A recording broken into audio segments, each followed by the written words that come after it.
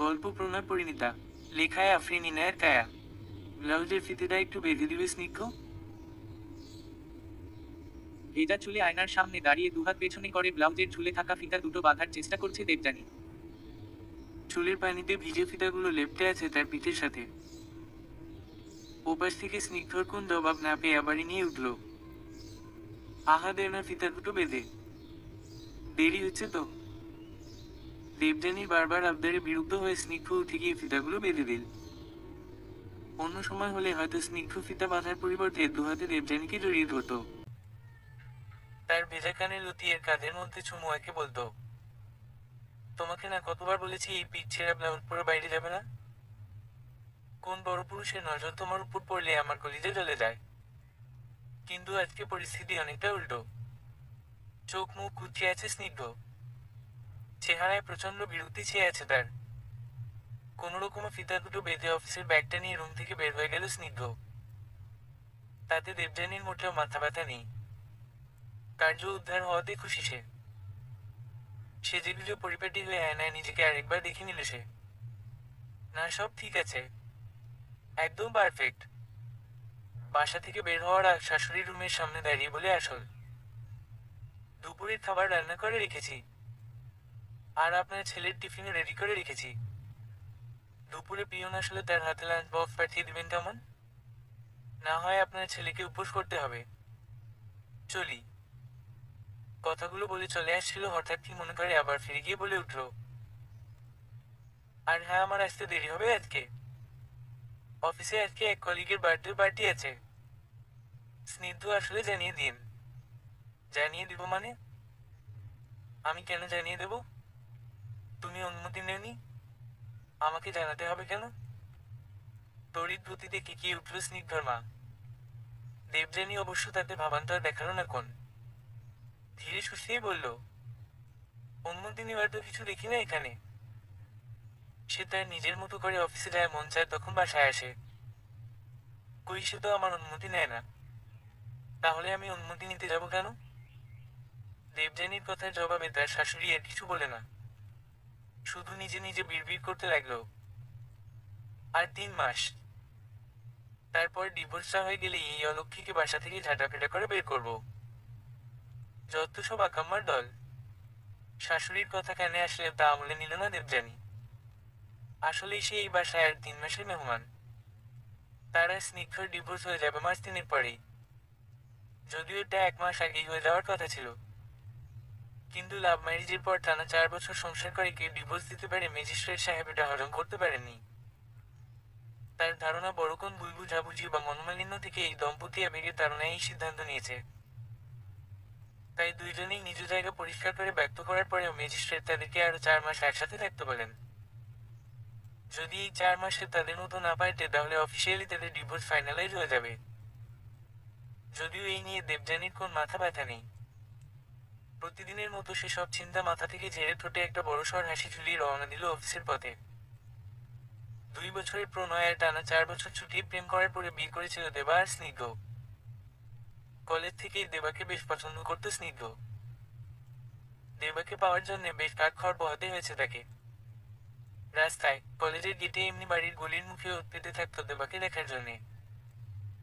এইদিকে দেবা লাজুক স্বভাবের মেয়ে।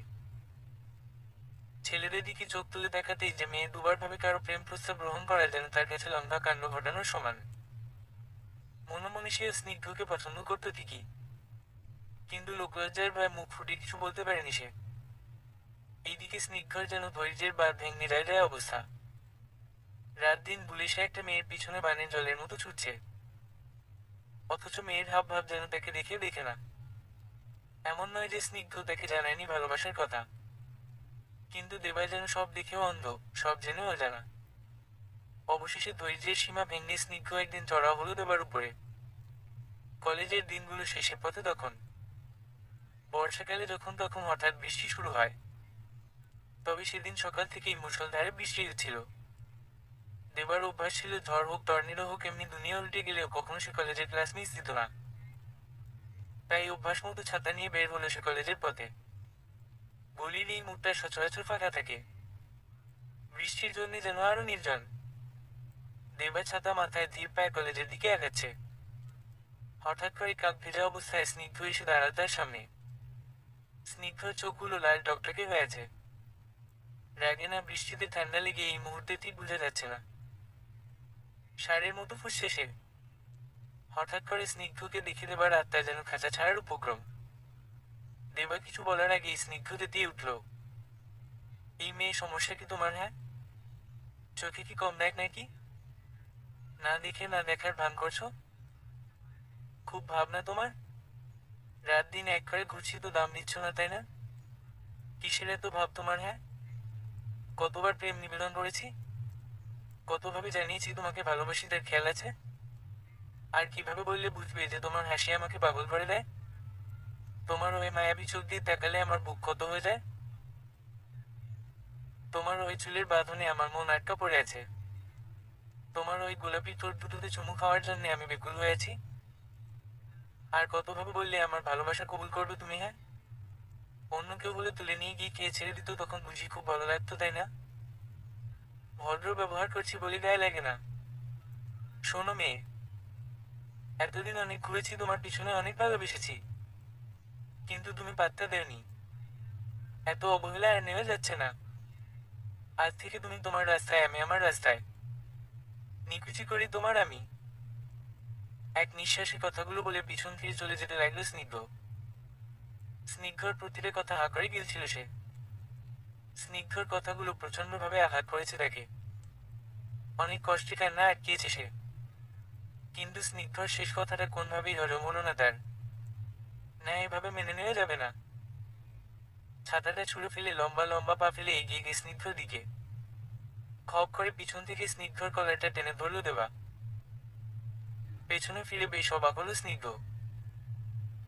কিছু বলার আগেই দেবার ঠোঁট দুটো হামলে পড়ল তার ঠোঁটের উপর। সেকেন্ড কয়েক সময় নিল ধাতস্থ হতে। সবকিছু বুঝে ওঠার পরে দুহাতে ঠেলে সরিয়ে দিল দেবাকে সে। কি করছো? এভাবে। কথাটা শেষ করার আগেই ঠাস করে একটা চড় এসে পড়ল স্নিগ্ধর গালে। ভালোবাসলে ভালোবাসা ধরে রাখতে হয়। যাকে ভালোবাসছো তাকে সারা জীবন আগলে রাখতে হয়। কোথায় একটু মনের কথা জানার চেষ্টা করবে, তা না আসছে নিজের কষ্ট দেখাতে। এ মনে হয় সে একাই ভালোবাসছে। এবার থেকে ছেড়ে যাওয়ার কথা বললে থাবড়িয়ে সব কয়টা দাঁত ফেলে দিব। যত সব আসছে ভালোবাসতে 2 দিনের ধৈর্য নিয়ে। কথাটা বলে আর মুহূর্ত দেরি না করে হনহন করে উল্টো পথে বাসার দিকে চলে গেল দেবা। স্নিগ্ধ তখনও গালে হাত দিয়ে হা করে তাকিয়ে আছে। কি হলো, কেমনে হলো, সবকিছু তার মাথার এক হাত উপর দিয়ে গেল। কিন্তু এই প্রণয় প্রেম পর্যন্ত গড়িয়েছিল এরপর থেকেই। সেদিন যদি দেবা সাহস করে স্নিগ্ধকে ভালোবাসা না জানাতো তাহলে হয়তো সম্পর্কটা আজকে এই পর্যন্ত গড়াতো না। পরিণতি তখনও বিচ্ছেদ ছিল, এখনো তাই। পার্থক্য শুধু সম্পর্কের গভীরতায়। প্রথম প্রেম হয়তো বলাটা কঠিন হতো, কিন্তু একটা পরিণত সম্পর্ক ভেঙে যাওয়ার কষ্ট তো আর বয়ে বেড়াতে হতো না। তবে কষ্ট বয়ে বেড়ানোর সময় কাজটা খুব বেশি দ্বিধায়িত হবে না এবারও। ডিভোর্স ফাইল করার পরের দিনই দেবা মেল পায় কানাডায় একটা ভালো বেতনে জব অফার পেয়েছে সে। বাসায় এসে স্নিগ্ধকে সুখবরটা দিতে চেয়েছিল সে।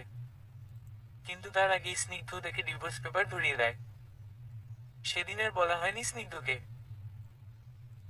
যার সাথে জীবনের সুখ দুঃখ হাসি কান্না সব শেয়ার করার কথা ছিল, জীবনের বড় প্রাপ্তিগুলোর একটি তার সাথে শেয়ার করা হয়নি। স্নিগ্ধর হাত থেকে ডিভোর্স পেপারগুলো নিয়ে অবাক চোখে অবিশ্বাস নিয়ে একবার স্নিগ্ধ আর একবার পেপারগুলোর দিকে তাকিয়েছিল।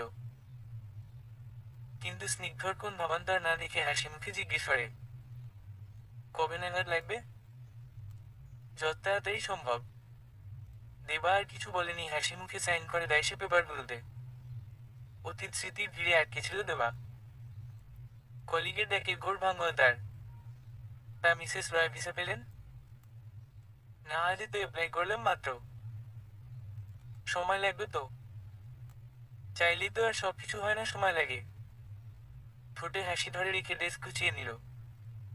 বের হওয়ার আগে পিছন ফিরে বলে উঠল, আর আমার সারনাম নয়না সরকার, মিস দেবযানী সুরকার। যার সাথে সম্পর্কই থাকবে না তার অস্তিত্ব বয়ে বেড়ানোর কোন মানে হয় না। একটা দম ফেলে রুম থেকে বেরিয়ে এলো দেবা। কালকে নুহা আসবে বাসায়। কালকে তুমি বাসায় না থাকলে খুশি হব। কিন্তু কালকে তো শুক্রবার। স্নিগ্ধর কথায় অবাক হলো দেবযানী।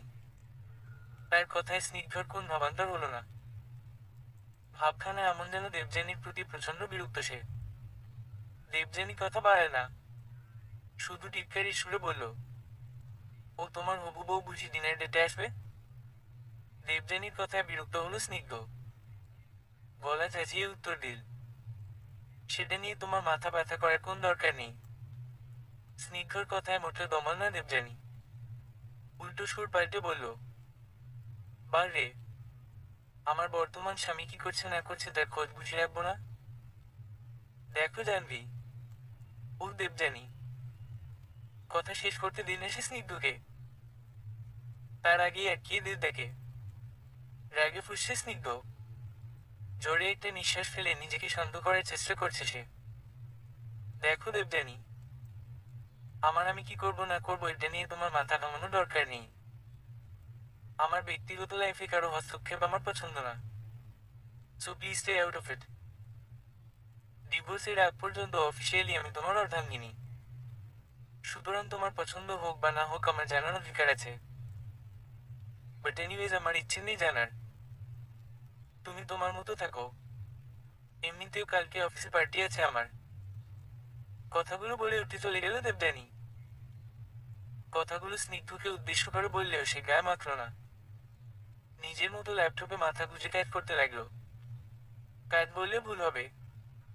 নুহার সাথে প্রেমালাপ করতে লাগলো। তার ঠোঁটের কোণ ফুটে উঠল দ্বিতীয় চাঁদের মতো এক টুকরো হাসি। দেবযানী ঘর গুছানোর আড়ালে সেকেন্ড দুই তাকিয়ে থেকে চোখ ভরিয়ে নিল। স্নিগ্ধর হাসিটা যে তার বড্ড প্রিয়। ডিভোর্স ফাইল করার মাসখানেক আগ থেকেই দেবযানীর সাথে বাসার সবাই অপরিচিতদের মতো আচরণ করে। যেন কোন দূর সম্পর্কের মেহমান ইচ্ছের বিরুদ্ধে এসে ঘাড়ে চেপে বসেছে। বাসার বড় ছেলের বউ হওয়া সত্ত্বেও যেন কেউ তাকে চেনে না। দেবযানী অবশ্য এসব নিয়ে মাথা ঘামায় না এখন। শুরুতে বড্ড খারাপ লাগতো তার।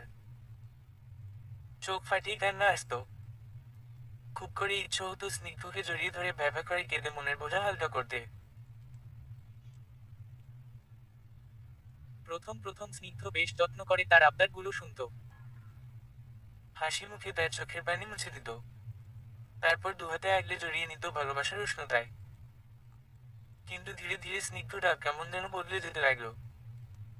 দেবযানীর কথায় বেশ বিরক্ত হতে লাগলো। এক সময় তো মুখ ফুটে বলেই ফেললো, তোমার ওসব বাচ্চামি আবদার আর আমার কাছে নিয়ে আসবে না তো জানবি। সারাদিন অফিস শেষ করে ক্লান্ত হয়ে বাসায় আসার পর তোমার ওসব পেঁচাল শুনতে ভালো লাগে না।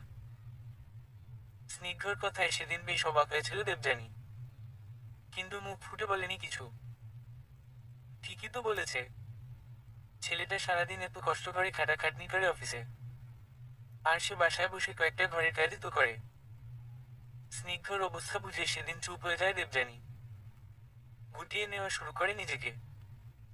বাড়ির মানুষগুলো থেকে আপন না মানলেও সে মানুষগুলো এবং কাজগুলো নিজের একান্ত আপন করে নিয়েছে। নিজ দায়িত্ব এই সংসারের সব কাজ সামলায় সে। কেউ কখনো তাকে নিষেধ করেনি। উল্টো পান থেকে চুন খসলেই মুখ বাঁকিয়েছে সবাই। থালা বাসন কয়টা ধুয়ে রাতের কাজের সমাপ্তি টেনে রুমে ফিরে গেল দেবযানী। রুমে লাইট অফ। স্নিগ্ধ বেঘরে ঘুমুচ্ছে। তার পাশে টেবিল ল্যাম্পের আলোয় ছেলেটাকে বেশ মায়াবী লাগছে। দেবযানী পা টিপে টিপে গিয়ে স্নিগ্ধর পাশে হাঁটি গেড়ে বসল। ঘুমের মধ্যেও স্নিগ্ধ চেহারায় ফুটে থাকা হালকা চিন্তার ছাপ দৃষ্টি এড়াল না তার। দেবযানীর খুব করে ইচ্ছে হলো স্নিগ্ধর ঠোঁট দুটো আলতো করে ছুঁয়ে দিতে। পাশে সে জেগে যাবে ভয়ে রাগ বাড়ায় না। উঠে গিয়ে আলমারি থেকে কিছু একটা বের করে বিছানায় গিয়ে বসল সে। তাদের ওয়েডিং অ্যালবাম, বিয়ের সমস্ত ছবি এখানে যত্ন করে তুলে রেখেছে দেবযানী। একটা একটা ছবি দেখতে লাগলো সে আর আলতো হাতে ছবিগুলোতে হাত বুলেছে। হঠাৎ একটা ছবির দিকে চোখ পড়ল তার। মুখ ফুলিয়ে আছে দেবযানী। স্নিগ্ধ এক হাতে মুঠো করে চকলেট নিয়েছে আর এক হাতে কান ধরে আছে। মুহূর্তেই সেসব স্মৃতি তাজা হয়ে গেল। প্রয়োজনের চেয়ে অতিরিক্ত দেরি করে ফেলেছিল সেদিন স্নিগ্ধ। দেবযানীর রাত ভাঙাতে মুঠো ভর্তি করে চকলেট নিয়ে এসেছিল। ভালোবাসা তার মিষ্টি পছন্দ করে খুব। কিন্তু দেবযানী যেন সেদিন বলবার পাত্র নয়। অনেক কাকুতি মিনতির পরে সে মানছে না। উপায় না পেয়ে স্নিগ্ধ তাকে বাহুবন্দী করে ঠোঁটে স্বাদ দিয়েছিল। স্নিগ্ধর উষ্ণ ছোঁয়া পেয়ে দেবযানী মোমের মতো গলে গিয়েছিল সেদিন। ঠিক সেই সময়গুলোতে স্নিগ্ধ অজুহাত খুঁজত তার কাছে আসার, তাকে ভালোবাসায় আগলে নেওয়ার। সুযোগ অবশ্য এখনো খুঁজে সে, তবে সেটা দূরে যাওয়ার। আরেকবার স্নিগ্ধর দিকে তাকিয়ে অ্যালবামটা অফ করে রাখলো দেবযানী। ছোট্ট একটা দম ফেলে লাইট অফ করে শুয়ে পড়ল। কালকের দিনটা অনেক লম্বা কাটবে। সমুদ্রের মতো নীল রঙের একটা গাউন পরেছে দেবযানী। দেবযানীর গায়ের রং হালকা চাপা, তাই উজ্জ্বল রং খুব একটা পরে না সে। কিন্তু এই জামাটা অনেক পছন্দের তার, এটা স্নিগ্ধর দেওয়া প্রথম উপহার। চুলগুলো আছড়িয়ে হালকা সেজে বের হয়ে পড়ল দেবযানী। স্নিগ্ধ এখনো অঘরে ঘুমুচ্ছে। কে কোথায় গেল, কে আসল সে সম্পর্কে সে সন্দিহান। দেবযানী একবার পলক ফিরিয়ে স্নিগ্ধকে দেখে নিল, তারপর নিঃশব্দে বেরিয়ে গেল রুম থেকে। প্যাচে ঘুম না ভেঙে যায় স্নিগ্ধর। বাসা থেকে বেরিয়ে একটা সিএনজি নিল দেবযানী। গন্তব্য এখনো অজানা। মিনিট 20 যাওয়ার পর একটা ছোট লেকের সামনে থামলো গাড়ি। ভাড়া মিটারে নেমে পড়ল দেবযানী। লেকের ধারে ছোট একটা বেঞ্চে গিয়ে বসল সে। এখানের আশেপাশের পরিবেশটা বেশ ঠান্ডা, কোন কোলাহল নেই। ব্যাগ থেকে একটা বই বের করার পরে মন দিল সে। শান্ত জলরাশির পাশে বসে শব্দ গলদকরণ করার মধ্যে যে এক প্রকার শান্তি পাওয়া যায় সেটা হয়তো খুব কম বই প্রেমিক মানুষ জানে। সময় ঠিক কতটুকু কেটেছে জানে না দেবযানী। বইয়ের মধ্যে পুরোটা সময় ডুবেছিল সে। হঠাৎ কারো ডাকে ধ্যান ভাঙল তার। আ আপনি দেবযানী না? মাথা তুলে তাকাতেই সামনের মানুষটাকে কেমন চেনা চেনা লাগলো। মানুষটা ঠোঁটের মধ্যে একটা রহস্য মেশানো হাসি ধরে রেখেছে। মিনিট 2-1 অবাক হয়ে তাকিয়ে থেকে খুশিতে চেঁচিয়ে উঠল দেবযানী। আহান! দেবযানীর কথায় ছেলেটার হাসিটা প্রশস্ত হলো আরো। যাক, ম্যাডাম চিনতে পেরেছেন তাহলে। ছোট বাচ্চাদের মতো খুশিতে লাফিয়ে আহানকে জড়িয়ে ধরল দেবযানী। আরে আরে, ভূমিকম্প আস্তে আস্তে, মাটি ফাটায় ফেলবে তো হে। আহানের কথায় গর্জে উঠল দেবযানী। নিজে কি? হ্যাঁ, আটার বস্তা। কমন ম্যান, সপ্তাহে 5 দিন জিমে যাই। এপস হয়েছে 6 প্যাক, এখন অন্তত আটার বস্তা বলিস না। আহান অনেকটা ঠোঁট মুখ উল্টিয়ে বলল আহান। আহানের বাচ্চামি দেখে হেসে ফেলল দেবযানী। সাথে হাসি ফুটে উঠল আহানের ঠোঁটেও। তা এখানে কি করছেন জনাব? তোর না মালয়েশিয়াতে থাকার কথা? সত্যি কথা বলবো, বিয়ে করতে এসেছি। আহানের কথা শুনে লাফিয়ে উঠল দেবযানী। সত্যি? কবে? কোথায়? কার সাথে? আরে আরে, শান্তি মা শান্তি, এখনো পাইনি কাউকে খুঁজে। আমি একটা প্রজেক্টের কাজে এসেছি, মাসখানেক হচ্ছে। এর মধ্যে আব্বু বিয়ে করে পাগল হয়ে গেছে। যে কোন মুহূর্তেই মেয়ে পছন্দ হলে ধরে নিয়ে গিয়ে গলায় ঝুলিয়ে দিবে। তা ভালো তো। আর কতদিন এইভাবে থাকবি? একটা বিয়ে করে ফেল, ঝামেলা শেষ। আমার বিয়ের চিন্তা ছাড় আপাতত। তোর কি অবস্থা সেটা বল। আহানের কথায় সবকিছু মনে পড়ে গেল দেবযানীর। নিমিষেই চাঁদ মুখখানাতে আধার নেমে এল তার। প্রসঙ্গ পাল্টাতে বলে উঠল, আগে চল কোথা গিয়ে বসি, খিদা পেয়েছে প্রচুর। As you wish queen. Ahaan এসে দেবযানীর কথায় সায় দিল। কাছের একটা রেস্টুরেন্টে গিয়ে বসলো দেবযানী আর আহান। ওয়েটার দুটো মেনু কার্ড এনে রাখতে আহান অর্ডার দিয়ে বসলো। 2টা চিজ বার্গার, একটা চিকেন স্যান্ডউইচ, একটা কোক, একটা চিকেন পাস্তা আর মিড সাইজের একটা পিৎজা। দেবযানী অবাক হয়ে তাকিয়ে আছে আহানের দিকে। আহান অর্ডার দেওয়া শেষ করে ফিরে দেখে দেবযানী হয়ে বসে আছে। কি হলো, খাবি না? অর্ডার চেঞ্জ করবো? তোর মনে আছে? থাকবে না কেন? বেস্ট ফ্রেন্ডের পছন্দ অপছন্দ কেউ ভুলে নাকি আবার? বাদ দে ওসব, তোর কথা বল। ওই দুর্গন্ধর সাথে আছিস এখনো? আহানের কথায় রেগে গেল দেবযানী।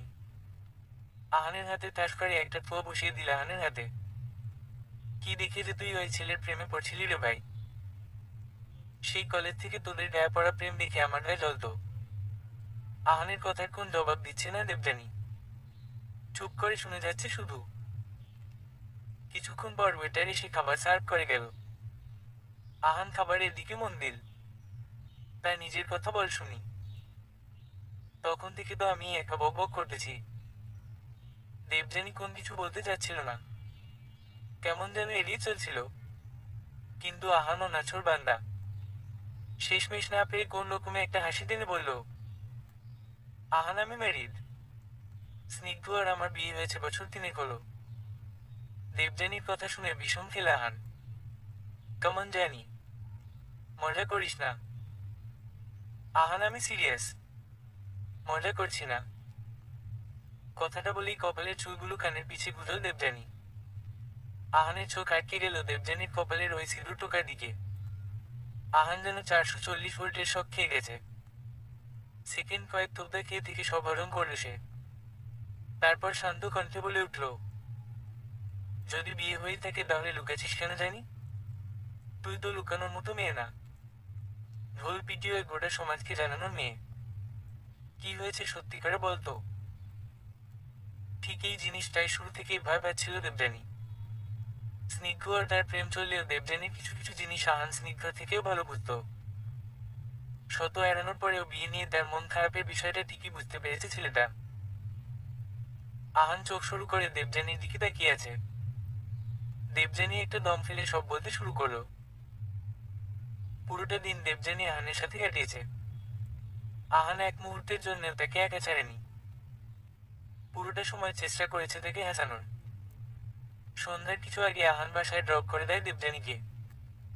ফিরে যাওয়ার সময় তার হাত দুটো শক্ত করে ধরে বলল, দেখ জানি তোর বিয়ে হোক আর যাই হোক আমি তখনও তোর বেস্ট ফ্রেন্ড ছিলাম, এখনো আছি। কোন সমস্যা হলে জাস্ট একটা কল দিবি ওকে? দেবযানী মাথা নেড়ে সায় দিল। আহান আলগোছে জড়িয়ে নিল দেবযানীকে। আহানকে বিদায় দিয়ে বাসায় ফিরে আসো দেবযানী। রুমের দিকে পা বাড়াতেই পেছনে থেকে ভেসে এল। ভদ্র বাড়ির বউ হয়ে পর পুরুষের সাথে লটার পটর করতে শরম লাগে না? ডিভোর্স তো ফাইনাল হয়নি, এখনো তাতেই এইসব। ডিভোর্স হলে না জানি কি করবে আর। ছি। কথাগুলো শুনে থামলো দেবযানী। মনে মনে নিজেকে প্রস্তুত করে পিছন ফিরে দেখালো। মুখ বন্ধ রাখার দিন শেষ হয়ে গেছে। একজন ছেলে ও মেয়ে কখনো বন্ধু হতে পারে না। আপনার এই মতবাদের সাথে আমিও কিছুটা একমত পোষণ করি মা। কিন্তু আমার মতে একজন অজানা ছেলে ও মেয়ের মধ্যকার সম্পর্কটা হলো ভাই বোনের। আর ভাই বোনের সম্পর্ক অনেক পবিত্র একটা সম্পর্ক। সুতরাং এইখানে নিচু চিন্তা করে সম্পর্কে দাগ লাগানোটা বেমানান।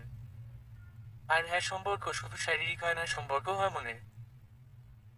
আশা করি এই পার্থক্যটুকু বোঝার মতো যথেষ্ট জ্ঞান আপনার আছে। স্নিগ্ধর মায়ের মুখের উপর এক নাগাড়ে কথাগুলো বলে রুমে চলে গেল দেবযানী। স্নিগ্ধর মায়ের যেন চোয়াল ঝুলে গেছে কথাগুলো শুনে। এই সংসারে প্রথম কেউ তার মুখের উপর তর্ক করেছে। চোখে চোখ রেখে কথা ফিরিয়ে দিয়েছে। পড়াশোনা শেষ করার পর পরই স্নিগ্ধ আর দেবযানী দুজনেই চাকরির সন্ধান শুরু করে। রেজাল্ট ভালো থাকায় খুব বেশি দৌড়ঝাঁপ করতে হয়নি দেবযানীকে। অল্প সময়ই ভালো বেতনের একটা চাকরি পেয়ে যায় সে। স্নিগ্ধ তখনও চাকরি খুঁজতে ব্যস্ত। রোডে কোম্পানি ও কোম্পানিতে সিভি জমা দেয় সে। দেবযানীর সাথে তেমন একটা কথা হয় না, শুধু রাতে একবার কল দিয়ে 5 মিনিট ভালো মন্দ জিজ্ঞেস করে রেখে দিত। এমন সময় দেবযানীর চাকরি হয়েছে জানতে পারলে স্নিগ্ধর ভাঙ্গা মনটা আরো চুরমার হয়ে যেত। তাই দেবযানী নিজের মধ্যেই রেখেছিল সবটুকু কথা। যেদিন স্নিগ্ধর চাকরিটা কনফার্ম হয়েছিল, স্নিগ্ধ এক গুচ্ছ গোলাপ তার হাতেও ধরিয়ে দিয়ে বলেছি, আর অপেক্ষা করতে হবে না জানবি, আমি আজই তোমার বাসায় বিয়ে প্রস্তাব পাঠাবো। ঠিক কতটা খুশি হয়েছিল সেদিন দেবযানী হয়তো কাউকে বল বুঝতে পারবে না। চোখ মুখ অন্যরকম এক উজ্জ্বলতা ভার করেছিল। কিন্তু খুশির বড় একটা অংশ বিষাদের সাগরে ডুবে গিয়েছিল তখন স্নিগ্ধর পরিবার শর্ত জুড়ে দিয়েছিল যে বিয়ের পর দেবযানী কোন চাকরি করতে পারবে না। দেবযানীর আশাগুলো যেন নিমিষেই মুখ থুবড়ে পড়ে গিয়েছিল সেদিন। টলটল চোখে দেবযানী তাকিয়েছিল স্নিগ্ধর দিকে। কিন্তু স্নিগ্ধ কোন ভাবান্তর দেখায়নি। পড়িয়া এক্ষণে দেখে বলেছিল, দেখো জানবি, আপাতত কোন কিছু বলার দরকার নেই। বিয়েটা হয়ে যাক একবার, পরে সব দেখা যাবে। কিন্তু স্নিগ্ধ, আমি জানি জানবি তুমি জব করতে চাও। তোমার ছোটবেলার ড্রিম একটা কর্পোরেট সেক্টরে জব করা, কিন্তু আপাতত বিয়েটা হয়ে যাক। আমার মা বড্ড যদি মানুষ, একবার বেঁকে বসলে বিয়ে হওয়া না হওয়াটাই নিশ্চিত হয়ে যাবে। স্নিগ্ধর কথার আর কোন প্রতিবাদ করতে পারেনি দেবযানী। চাকরি একটা গেলে আর একটা পাবে, সেই যোগ্যতা আছে তার। কিন্তু স্নিগ্ধকে একবার হারালে আর ফিরে পাবে না। বড্ড ভালোবাসে সে স্নিগ্ধকে, কিন্তু দেবযানী বুঝতে পারেনি তার সেই ত্যাগের সূচনা তার বিসর্জনের খাতাকে দিন দিন ভারী করে চলবে। রুমে ঢুকতেই স্নিগ্ধ খোঁটা দিয়ে উঠল। সেই কলেজ থেকেই তোমার আর আহানের চক্কর চলছে, তাই না? ক্যাম্পাসের বেশিরভাগ মানুষ তোমাদেরকে পাশাপাশি হাঁটতে দেখলেও কাপল ভাবো, অথচ আমি তোমার হাত ধরে দাঁড়িয়ে থাকলে কে কেয়ার করতো না? কি অদ্ভুত না? সবাই যেটা চোখ বন্ধ করেও দেখতে পারতো, আমি সেটা দিনের আলোতে চোখ খুলেও দেখতে পারিনি। স্নিগ্ধর কথায় তাচ্ছিল্য আর হিংসা স্পষ্ট আভাস এসে আসছে।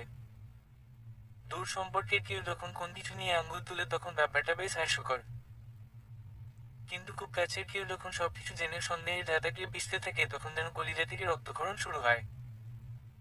স্নিগ্ধর কথা শুনে বুকটা মুচড়ে উঠল দেবযানীর। যে মানুষটার জন্য নিজের সবটা উজাড় করে দেবযানী এত কিছু করলো, আর সেই মানুষটাই কিনা তার ভালোবাসার প্রশ্ন তুলছে। নিজেকে সামলে নিয়ে নিজের কাজে মন দিল জানি। কানের দুলগুলো খুলে গুছিয়ে রাখতে রাখতে বলল, অথচ তোমার নতুন গার্লফ্রেন্ডের জন্য আমাকে আজকে সারাটা দিন ঘরের বাইরে ঘুরতে হলো। ক্ষতি তো হয়নি কিছু তাতে? তুমিও তো তোমার প্রেমিকের সাথে বেরিয়েছ। বহু ভুল বললে। আমার প্রেমিক তার প্রাক্তনকে ছেড়ে বর্তমান প্রেমিকাকে নিয়ে ব্যস্ত। আমি শুধু বছর পুরানো বন্ধুর সাথে হঠাৎ করে দেখা হওয়ায় কিছু ভালো মুহূর্ত কাটিয়েছি। সবাই তোমার মতো মানুষ বদলায় না স্নিগ্ধ। দেবযানীর কথার কোন উত্তর দিল না স্নিগ্ধ। রাগী গজরাতে গজরাতে রুম থেকে বের হয়ে চলে গেল সে। টুকটুক করে 2 ফোঁটা জল গড়িয়ে পড়ল দেবযানীর চোখ বেয়ে। নিমিষেই চোখ মুছে সে ঠোঁটের কোণে হাসি টেনে নিল।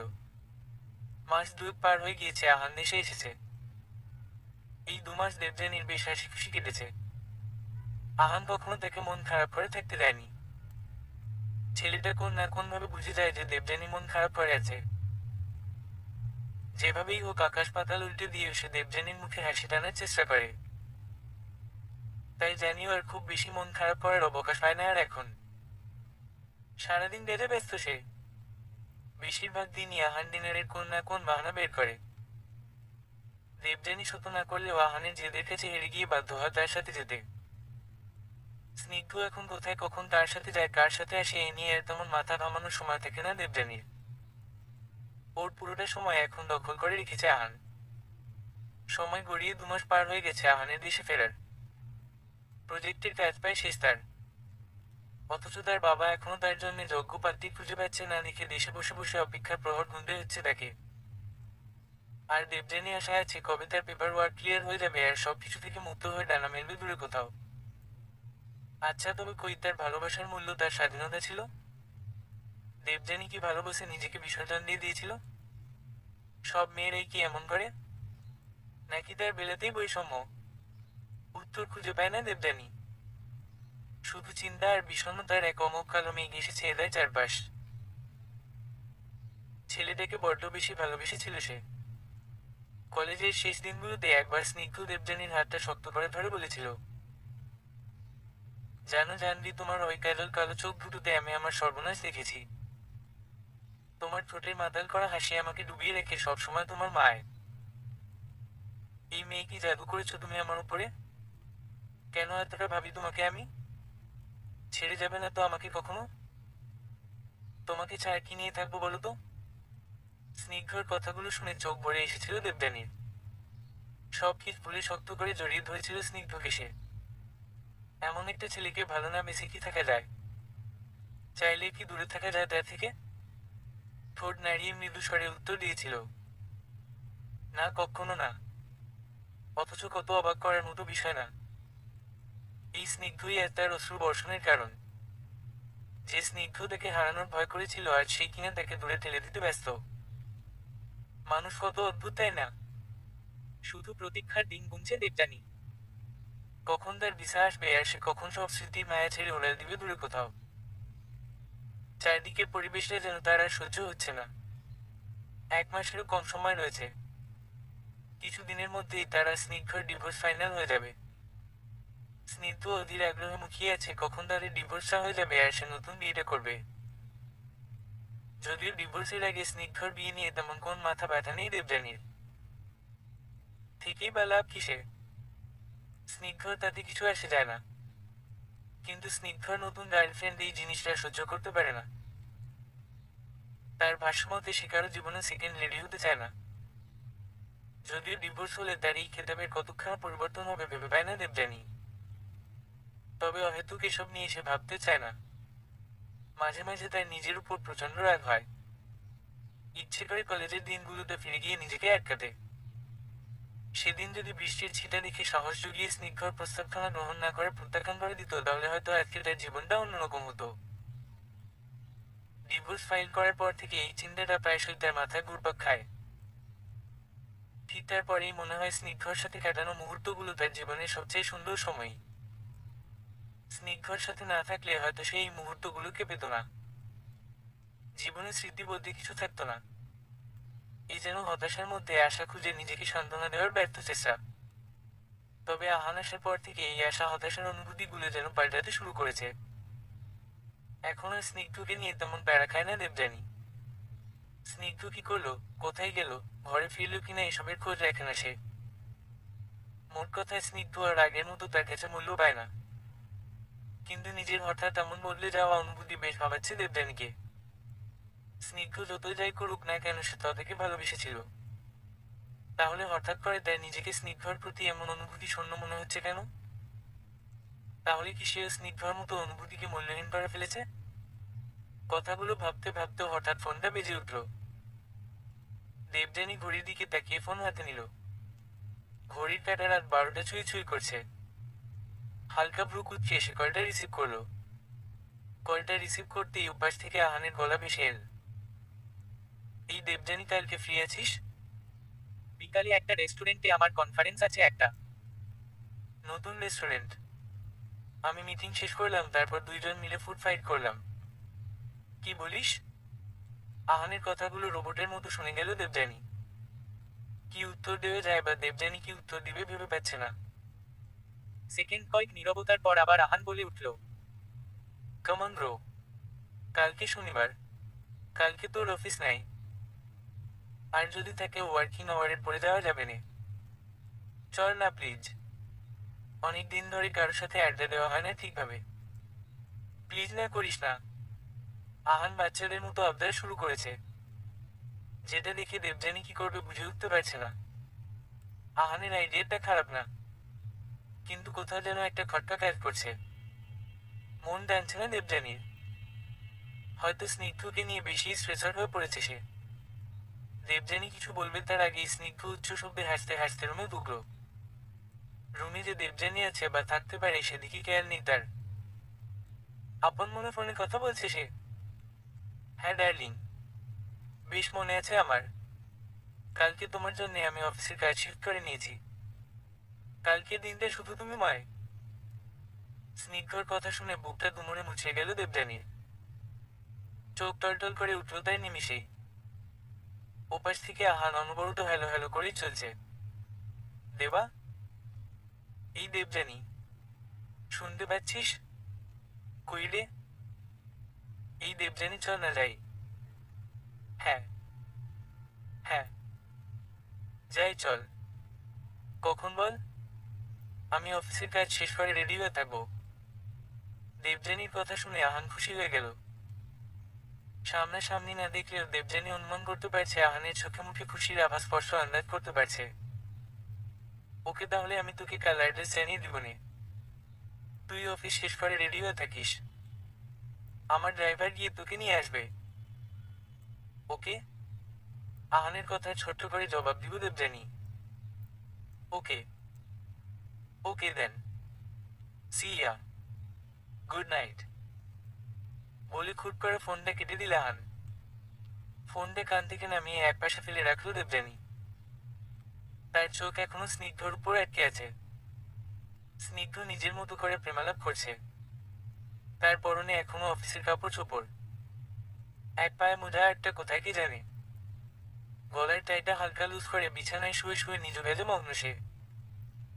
দেবযানীর প্রতি বিন্দুমাত্র খেয়াল নেই তার। দেবযানী নিষ্পলক দৃষ্টিতে তাকিয়ে আছে তার দিকে। আরো মিনিট 5 এক কথা বলার পর ফোনটা পাশে ফেলে বড় একটা টেবিল ল্যাম্পটা অফ করে দিয়ে স্নিগ্ধ। অন্ধকার হওয়ার মিনিট কয়েকের মধ্যে যে স্নিগ্ধ গভীর ঘুমে দাঁড়িয়ে গিয়েছে এটা নিশ্চিত হওয়া গেল স্নিগ্ধর নাক ডাকার আওয়াজ পেয়ে। দেবযানী একটা দীর্ঘশ্বাস ফেলল। আরো সেকেন্ড কয়েক কোপানে অপলক তাকিয়ে থেকে তারপর গুটিসুটি মেরে সোফায় শুয়ে পড়ল। আজকাল রাতগুলো বড্ড লম্বা হয়ে গেছে, যেন শেষ হতে চায় না।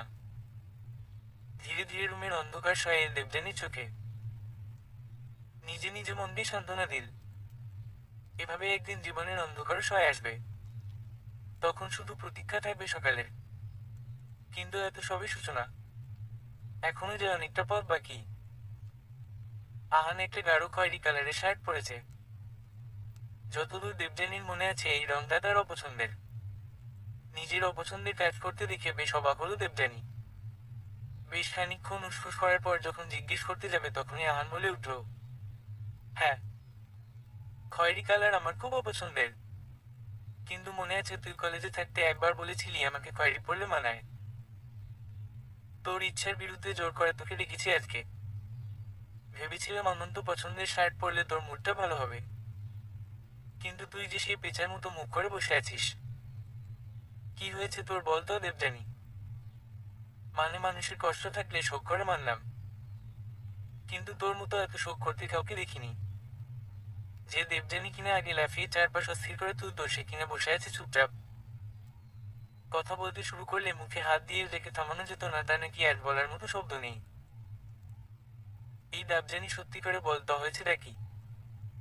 আসার দিন থেকেই দেখছি কেমন এলিয়েন গুলার মতো বিহেভ করছিস। কি এমন কথা যে তুই আমার সাথে শেয়ার করতে পারছিস না? এই আমাদের ফ্রেন্ডশিপ? কপট রাগ দেখিয়ে কথাগুলো বলে থামলো আহান। দেবযানী মূর্তির মতো বসে তার কথাগুলো গিলছে। কি বলবে বা তার কি বলা উচিত সে জানে না। সে শুধু জানে তার মনের মধ্যে ঝড় বইছে থেকে থেকে, যে ঝড় তাকে লণ্ডভণ্ড করে রেখে দিয়েছে। সে জানে না কিভাবে সে আহানকে সব বলবে।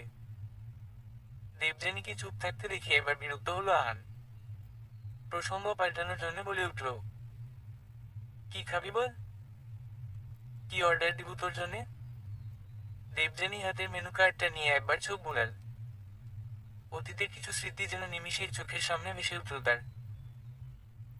পরিণয়ের পর থেকে যতবারই কোন রেস্টুরেন্টে গিয়েছে প্রতিবার স্নিগ্ধর পছন্দের খাবারগুলোই অর্ডার করা হয়েছে তার। এমনকি বাসায় তার শাশুড়ি আম্মা ছেলের পছন্দের বাইরে খাবার রান্না করার অনুমতি দেন না। নিজের পছন্দ অপছন্দ সম্পর্কে যেন ভুলেই গিয়েছে সে। এক দৃষ্টিতে সে মেনুটার দিকে তাকিয়ে আছে। তাকে ঘরে ডুবে থাকতে দেখে আহান টিটিকারির সুরে বলে উঠল, কিরে মুখের সাথে পেটের তালা দিলি নাকি? অর্ডার দে।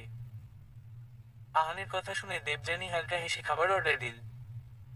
দেবযানীর অর্ডার শুনে খুশি হলো আহান। সব নিজের পছন্দের খাবার অর্ডার দিলেন যে ম্যাডাম। মুড ভালো হলো আপনার? আহানের কথার কোন জবাব দেয় না দেবযানী। এক দৃষ্টিতে শুধু তাকিয়ে থাকে আহানের দিকে। ছেলেটার সাথে আজ কত বছর পর দেখা, অথচ সে কিনা এখনো তার পছন্দ অপছন্দ মনে রেখেছে। অথচ স্নিগ্ধর সাথে এক ঘরে এক ছাদের নিচে থেকে সে যেন দেবযানীর অস্তিত্বটাই ভুলে গিয়েছে। মানুষের মধ্যে কত বিভেদ। আচ্ছা, যদি স্নিগ্ধর সাথে বিয়ে না হয় আহানের সাথে তার বিয়ে হতো তাহলে কি তার জীবনটা এরকম হতো? আহানও কি স্নিগ্ধর মতো তাকে ভুলে যেত? তখনও কি সে বিচ্ছেদে ক্লান্ত হয়ে এসব আজগুবি কথা ভাবত? আপন মনে কথাগুলো ভাবছিল দেবযানী। ঘোর কাটলো খুঁটটার শব্দ শুনে। সামনে ওয়েটার খাবার সার্ভ করছে। আহান একটা উৎসুক চেহারা নিয়ে তার দিকে তাকিয়ে আছে। আহানকে দেখে শান্ত মনে হলেও তার চেহারার কৌতূহল যেন ছাপিয়ে উঠছে বরাবর। যেন কিছু বলতে চাচ্ছে সে কিন্তু পারছে না। ওয়েটার সার্ভ করা শেষ হয়ে গেলে আহান দেবযানীর দিকে তাকিয়ে ছোট্ট একটা হাসি দিয়ে খাবারে মন দিল। দেবযানীর নিজের প্লেটে খাবার সার্ভ করে মাত্র এক লোকমা মুখে তুলেছে সে। আগামী কয়েকদিনের মধ্যে আমার ডিভোর্স আহান। দেবযানীর কথা শুনে থমকে গেল আহান। দেবযানী তার ম্যারিড লাইফের সমস্যার কথা আহানকে জানালেও ডিভোর্সের কথাটা এড়িয়ে গিয়েছিল। কিন্তু এখন আর সেটা লুকিয়ে রেখে কোন লাভ নেই। আহান বেশ অপ্রস্তুত হয়ে গেল দেবযানীর কথা শুনে। নিজেকে সামলে হালকা হাসার চেষ্টা করে বলল, এসব ডিসিশন হুটহাট নিতে নেই দেবযানী। আমি জানি তোর বিয়েতে ঝামেলা চলছে, তার মানে এই না যে তুই কিছুই জানিস না আহান। আমি তোকে সেদিন মিথ্যে বলেছিলাম যে আমার আর স্নিগ্ধর মধ্যে বনবানি নেই। আসল কথা হলো স্নিগ্ধ আর তার ফ্যামিলি বেবি চায়, কিন্তু আমি বন্ধা। আমি চাইলেও সন্তান জন্ম দিতে পারবো না, তাই স্নিগ্ধ আমার কাছে ডিভোর্স চায়। মাস তিনেক আগেই আমাদের ডিভোর্স ফাইল করেছিল স্নিগ্ধ, যাতে আমাকে ছেড়ে অন্য কোন মেয়েকে বিয়ে করতে পারে। স্নিগ্ধর মা সবকিছু জেনে ছেলেকে পূর্ণ সমর্থন দিয়েছেন। ডিভোর্স ফাইল করার পর কোর্ট থেকে আমাদের 4 মাস একসাথে থাকার নির্দেশ দিয়েছিল ইন কেস আমরা মতো পাল্টাই। কিন্তু আমি জানি এই 4 মাসে স্নিগ্ধ প্রতিদিন দিন গুনেছে, আর মাত্র কয়েকদিন তারপরেই আমার সংসার জীবনের ইতি করবে। দেখ দেবযানী, তুই আহান প্লিজ কিছু বলিস না। আমি আর কারো সিম্প্যাথি নিতে পারতেছি না। কেউ আমার কথা শুনতে চায় না, কেউ জানতে চায় না আমি কি বলতে চাই, আমি কি করতে চাই। সবাই নিজের সাজেশন, নিজের সহানুভূতি, নিজের মতবাদ আমার ঘাড়ে চাপিয়ে দিয়ে দায়িত্ব পালন করতে চায়। তোর কাছে আমার রিকোয়েস্ট, প্লিজ আমার কথাগুলো শোন। আমি একটু মন খুলে কথা বলতে চাই। কথাগুলো বলে থামলো দেবযানী। আহান তার মনের অবস্থা বুঝতে পেরে চুপ হয়ে গেল। ঠোঁটে হালকা হাসি টেনে এসে দেবযানীর কথা শোনার জন্য নড়ে চড়ে বসল। তাদের প্রতি আমার কোন অভিযোগ নেই স্নিগ্ধ, কিন্তু তার মায়ের জায়গায় যে কেউ থাকলে হয়তো এই সিদ্ধান্তই নিত। সমস্যা যখন আমি, তখন আমাকে বয়ে বেড়ানো চেয়ে আমাকে বাদ দেওয়াটাই উত্তম। কষ্ট শুধু এইটুক যে আমি ভেবেছিলাম আর 10টায় সাধারণ মেয়ের মতো আমিও হয়তো বিয়ে করে সুখে ঘর সংসার করতে পারবো, কিন্তু ভাগ্যের লিখন। শেষের কথাটা বেশ তাচ্ছিল্যের সুরেই বলল দেবযানী। চোখে তার পানি টল টল করছে। অনেক কষ্টে সে চোখের পানি আটকে রেখেছে। আহানের কাছ থেকে লুকানোর জন্য সে অন্যদিকে মুখ ফিরিয়ে নিল। আহান সেদিকে এক পলক তাকিয়ে দেবযানীর প্লেটে খাবার তুলে দিয়ে বলল, খেয়ে নে, খাবার ঠান্ডা হয়ে যাচ্ছে, লাইফে দুঃখ কষ্ট আসবে যাবে, তাই বলি খাবারকে অমর্যাদা করা যাবে না। কথাটা বলে দেবযানীর দিকে প্লেট এগিয়ে দিল আহান। দেবযানী কোন কথা না বলে চুপচাপ খেতে শুরু করলো। আহান ভেবেছিল খাবারের বাহানায় দেবার সাথে কিছু সময় কাটাবে, দেবারও মন ভালো হবে, সেও পুরনো বন্ধুর সান্নিধ্য পাবে। কিন্তু দেবযানীর কথা শুনে মনে হচ্ছে তার সব পরিকল্পনায় কেউ যেন ঠান্ডা পানি ঢেলে দিল। বাকিটা সময় দুইজনে কেউ কোন কথা বলল না, চুপচাপ যে যার মতো খাবার শেষ করে ফেলল। রেস্টুরেন্ট থেকে বের হয়ে আহান দেবযানীকে ডেকে বলল, গাড়িতে ওঠ, তোকে বাসায় ড্রপ করে দেই।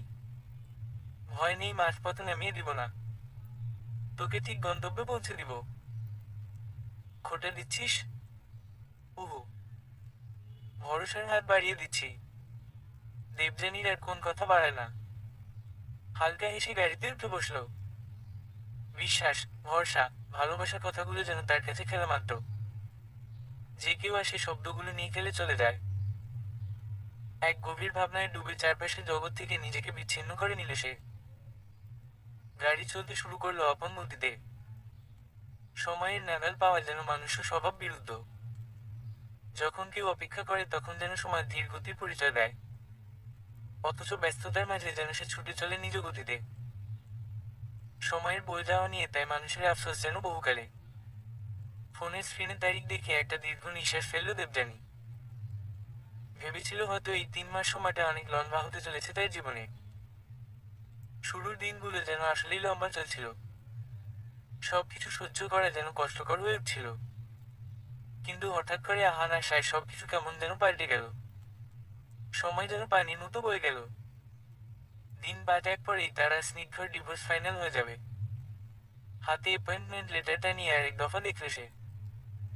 দেবযানীর ছোটবেলার স্বপ্ন ছিল পড়াশোনা শেষ করে একটা ভালো জব করবে।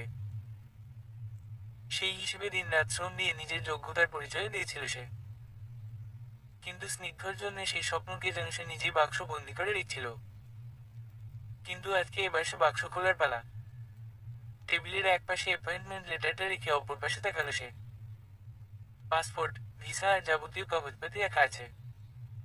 দেবযানী একে একে সবগুলো কাগজ চেক করে নিল। বিদায় নিমন্ত্রণ চলে এসেছে। এখন শুধু সময় মতো যাত্রার পালা। কাগজপাতি চেক করে ধীর গতিতে খুব যত্ন করে রেজিগনেশন লেটারটা টাইপ করলো দেবযানী।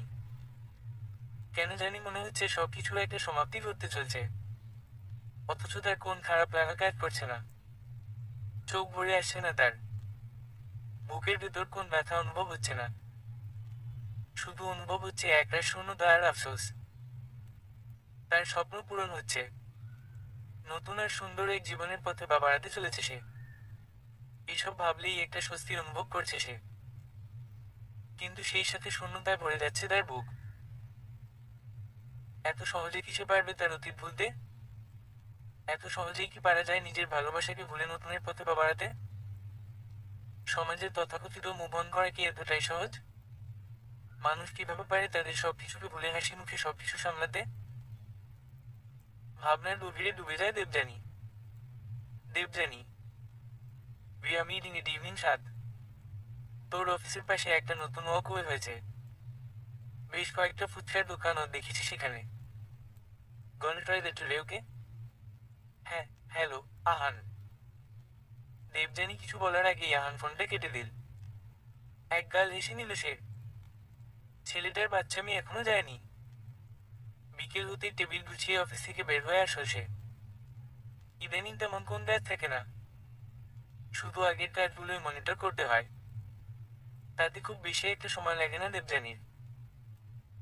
একবেলা ব্যস্ত থাকলে বাকি একবেলা যেন বসে বসে অবসর কাটাতে হয় তার। তবে দেবযানী অলস বসে থাকার পাত্রী নয়। এই সময়টুকু দেশে নানা রকমের বই পড়ে। বই পড়া তার ছোটবেলারই শখ। কাজের ফাঁকে বই পড়া যেন তার নেশায় পরিণত হয়ে গিয়েছিল। কিন্তু স্নিগ্ধর সাথে বিয়ের পর যেন তার লাইফটা সম্পূর্ণ পাল্টে গিয়েছিল। হাতে কলমে হিসেব কষতে গেলে হয়তো দিন পার হয়ে যাবে। মাথা থেকে এসব চিন্তা ঝেড়ে ফেলে সামনের শপিং মলটাতে প্রবেশ করল সে। অনেকদিন পর সে আজ শপিং এ এসেছে। ঘুরে ঘুরে চারপাশটা দেখতে লাগলো সে। হঠাৎ একটা দোকানের দিকে তাকাতে চোখ আটকে গেল তার। 7টা বললেও 6টা 45 থেকে অপেক্ষা করছে আহান। এমনিতেই যথেষ্ট পাঞ্চুয়াল ছেলে সে। তার উপর চায় না এই সময় দেবযানী তার জন্য অপেক্ষা করুক। দেবযানীকে সে এতটুকু কষ্ট দিতে চায় না। স্নিগ্ধ জানে দেবযানী ঠিক 7টায় এসে পৌঁছাবে, তাই আপন মনে ফোনে কাজ করছিল সে। নোটিফিকেশনের স্ক্রিনে ঘড়ির কাঁটা 7 বাজে জানান দিতেই মাথা তুলে দেখালো সে। দেবযানী এখনই চলে আসবে। মাথা নামাতেই যাবে তখনই হঠাৎ সামনে চোখ আটকে গেল তার। ওয়াকওয়ের মুখে দাঁড়িয়ে এদিক ওদিক খুঁজছে দেবযানী। তার পরনে একটা হালকা নীল রঙের শাড়ি। বেশ যত্ন করে পরেছে মেয়েটা শাড়ি। চোখে গাঢ় কাজল, ঠোঁটে হালকা গোলাপি লিপস্টিক, কপালের মাঝে একটা ছোট্ট টিপ, খোঁপায় গোজা চুলগুলো গাজরা দিয়ে আটকানো। আহানের চোখগুলো যেন আটকে গিয়েছে দেবযানীর উপর। আহান সবসময় দেবযানীকে সিলভার কামিজেই দেখেছে। ভারী কোন অনুষ্ঠান বা উৎসব না হলে দেবযানী কখনো শাড়ি পরে না। পরলেও সাজগোজের তেমন কোন মাতামাতি থাকে না তাতে। অথচ আজকে দেবযানীকে কতটা স্নিগ্ধ লাগছে। আহানের চোখগুলো যেন দেবযানীর মুখে আটকে আছে। দেবযানী বেশ খানিকক্ষণ খুঁজে ফোন বের করে আহানকে কল দিল। আহান দেবযানীর দিকে তাকিয়ে কল রিসিভ করলো। এই কই তুই? কখন থেকে তোকে খুঁজছি, পাচ্ছি না তো। আহান যন্ত্রের মতো বলে উঠল, সামনে দেখ। আহানের কথায় দেবযানী সামনে তাকালো। আহানকে দেখতে পেয়ে ফোনটা রেখে আহানের দিকে পা বাড়ায় সে। আহান তখনও দেবযানীর দিকে মন্ত্রমুগ্ধের মতো তাকিয়ে আছে। দেবযানী এসে আহানের সামনে হাত নাড়াল। কিন্তু আহান যেন অপলক দেবযানীকে দেখায় ব্যস্ত। এই আহান, কই হারিয়ে গেলি? দেবযানী ঝাঁকুনি খেয়ে যেন ধ্যান ফিরল তার। দেবযানী হাত বাঁকিয়ে ইশারা করে জিজ্ঞেস করছে। আহান ঘোরের মধ্যে থেকে বলে উঠল, তোকে অপরূপ সুন্দর লাগছে দেবা। আহানের কথায় যেন স্বস্তি পেল দেবযানী। আহানের কথার কোন উত্তর দিল না দেবযানী। শুধু হালকা হেসে বলল, চল গিয়ে বসি। দেবযানীর কথায় সায় দিল আহান। একটা ফুচকার দোকানে গিয়ে বসল তারা। দেবযানী কিছু বলার আগে আহান বলে উঠল, কি হয়েছে তোর বলতো? বেশ খুশি লাগছে তোকে। কাহিনী কি তোর আর স্নিগ্ধ? কথা শেষ করার আগেই দেবযানী বলে উঠল, আমার ভিসা চলে এসেছে। মঙ্গলবার রাতে ফ্লাইটে আমি কানাডা যাচ্ছি। কানাডার একটা মাল্টিন্যাশনাল কোম্পানি থেকে আমার জব অফার এসেছে। কথাগুলো বলেই আহানের দিকে অ্যাপয়েন্টমেন্ট লেটারটা এগিয়ে দিল দেবযানী। আহান অ্যাপয়েন্টমেন্ট লেটারটা বেশ খানিকক্ষণ সময় নিয়ে দেখল, তারপর ফিরিয়ে দিয়ে বলল, কংগ্রাচুলেশনস, ফাইনালি তুই তোর স্বপ্ন পূরণ করতে পারবি। এখন সামনে প্ল্যান কি? আহানের কথা শুনে দ্বিতীয় দফা হালকা হাসল সে। ততক্ষণে ফুচকা চলে এসেছে। দেবযানী অন্যদিকে ফিরে খাবারে মন দিল। তার চোখে মুখে একটা অন্যরকম প্রশান্তি দেখা যাচ্ছে। সম্পর্ক ভাঙ্গা বরাবরই বেদনার। এক পক্ষ স্বাভাবিকতা বজায় রাখলেও অপর পক্ষ যেন সেই ভাঙ্গার আর্তনাদে বুঁদ হয়ে থাকে। তীব্র কষ্ট আঁকড়ে ধরে জর্জরিত করে দেয় চারপাশ। ছেড়ে যাওয়ার বেদনা আর প্রচন্ড অসহায়ত্ব ঘিরে ধরা মানুষগুলো যেন অনুভূতির গোলক ধাঁধায় ঘুরপাক খায়। অপরজন যেন সেসব চিন্তা থেকে মুক্ত। এক বেড়াজাল থেকে বের হয়ে সে স্বাধীনতার স্বাদ নতুনভাবে নিতে থাকে। অথচ সে যেন স্বেচ্ছায় পরাধীনতার শিকল গায়ে জড়িয়েছিল। তবে সম্পর্কে সবচেয়ে মূল্যহীন হলো হাতে হাত রেখে স্বপ্ন বোনা, ভবিষ্যতের জন্য করা বাধা সমূহ। সব কথাই যেন বেমানান। দেবযানী এর স্নিগ্ধর সম্পর্ক যেন সকল অনুভূতিকে সরিয়ে এক টুকরো কাগজের সরা এখন। স্নিগ্ধ নিজের মতো করে বয়ে চলছে। দেবযানীকে নিয়ে ন্যূনতম মাথা ব্যথা যেন নেই তার। দেবযানীর হাত থেকে হাত ফিরিয়ে অন্য কারো পানি প্রার্থী সে। দেবযানী এর তার ভবিষ্যৎকে তুচ্ছ করে সে এক্ষণ অন্য কারোর সাথে নতুন করে সংসার সাজানোর চিন্তায় মগ্ন। কিন্তু এসবে যেন অনুভূতি শূন্য দেবযানী। সে শুধু দিন গুনছে নতুনত্বের। 5 দিন পরে ডিভোর্স ফাইনালের ডেট হলেও অফিসিয়াল কিছু কারণে সেই ডেট একদিন এগিয়ে এসেছে। ম্যাজিস্ট্রেটের অফিসে পাশাপাশি বসে আছে দেবযানী আর স্নিগ্ধ। দেবযানীর উপস্থিতি মূর্তিময়। এইদিকে স্নিগ্ধ বেশ উসফুস করছে। মাঝে মাঝে কারোর সাথে ফোনে তার আলাপচারিতা শুনে বোঝা যাচ্ছে বেশ খুশি সে। পেপার চেক করার ফাঁকে মাঝে মাঝে জজ সাহেব চশমার আড়াল দিয়ে এক নজর করে স্নিগ্ধ আর দেবযানীর দিকে দেখাচ্ছেন। পেপার রেডি হয়ে গেলে দুই পক্ষের উকিল তাদের ক্লায়েন্টের পাশে বসলেন। সব কাজ শেষিক্ষণ শুধু স্বাক্ষরের পালা।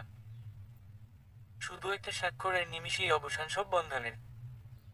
জজ সাহেব পেপারগুলো এগিয়ে দিতে স্নিগ্ধ মুহূর্ত দেরি না করে পেপারগুলোতে সিগনেচার করে দিল। জজ সাহেব আর দেবযানী দুজনেই যেন কিছুটা বিব্রত বোধ করলেন। জজ সাহেব দেবযানীর দিকে তাকাতেই দেবযানী হালকা ম্লান হাসি দিয়ে হাত বাড়িয়ে কাগজগুলো হাতে নিল। ধীর দৃষ্টিতে কাগজের লেখাগুলোর উপরে চোখ বোলাতে লাগলো দেবযানী। তার বিয়ের দিন ঠিক এইভাবেই সে তার ম্যারেজ রেজিস্ট্রির পেপার পড়েছিল। বড্ড খুশি ছিল সেদিন সে। যেন এক রাজ্যের সব সুখ তার কাছে ধরা দিয়েছিল সেদিন। আজ চোখের সামনে তার সব স্মৃতি ভেসে আসছে। স্নিগ্ধর সাথে কাটানো প্রতিটা মুহূর্ত, তার সব স্বপ্ন, তার আশা, জীবনকে নিয়ে তার ভবিষ্যৎ পরিকল্পনা। এক নিমিষে যেন সবকিছুর সমাপ্তি হতে যাচ্ছে। এতক্ষণ নিজেকে স্বাভাবিক রাখলেও এখন যেন বুক ভরে আসছে তার। চোখগুলো গোলা হয়ে আসছে। এই বুঝি টুপ করে এক ফোঁটা আবেগ উপচে পড়বে কাগজের উপর।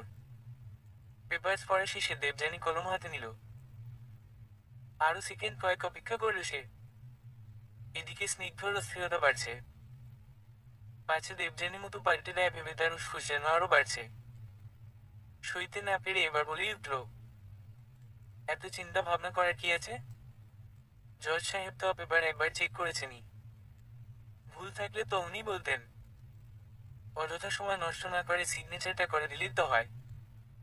স্নিগ্ধর কথায় জজ সাহেব বিরক্ত হয়ে বললেন, এত অস্থির হওয়ার কিছু নেই মি। স্নিগ্ধ, আপনার কাছে সহজ হলে তার জন্য হয়তো ডিসিশন নেওয়াটা অনেক কঠিন। আফটার অল এইটা একটা life long decision, so have patience. জজ সাহেবের কথায় দমে গেলেও মনে মনে বিরক্তির ভাবটা যেন থেকে গেল স্নিগ্ধর। এদিকে তার কথায় আর মুহূর্ত দেরি করল না দেবযানী। আর ভরে চোখে কোনো সিগনেচারটা করে দিল সে। কাগজগুলো হস্তান্তর করার আগে এক ফোঁটা জল সবার অগোচরে টুপ করে পড়ল পেপারগুলোর উপরে। জজ সাহেব আরেক দফা কাগজগুলো চেক করে মুখটা একটুখানি ভার করে বললেন, আজ থেকে আপনারা অফিসিয়ালি নন ম্যারিড। আপনাদের দুইজনের লাইফ আলাদা, ডিসিশন আলাদা। আজ থেকে আপনারা নিজের নিজের সক্রিয়তার অধিকারী। জজ সাহেবের কথা শুনে এবার স্নিগ্ধর সব বিরক্তি নিমিশেই উবে গেল। খুশির পরিমাণ বেশি হওয়ার যেন উচ্চ শব্দেই যে আনন্দে জানান দিল। জজ সাহেব এবার আর কিছু বললেন না। ফাইল অফ করে সোজাসুজি উনি রুম থেকে বের হয়ে চলে গেলেন। স্নিগ্ধ আর দেবযানীর উকিল হ্যান্ডশেক করছো।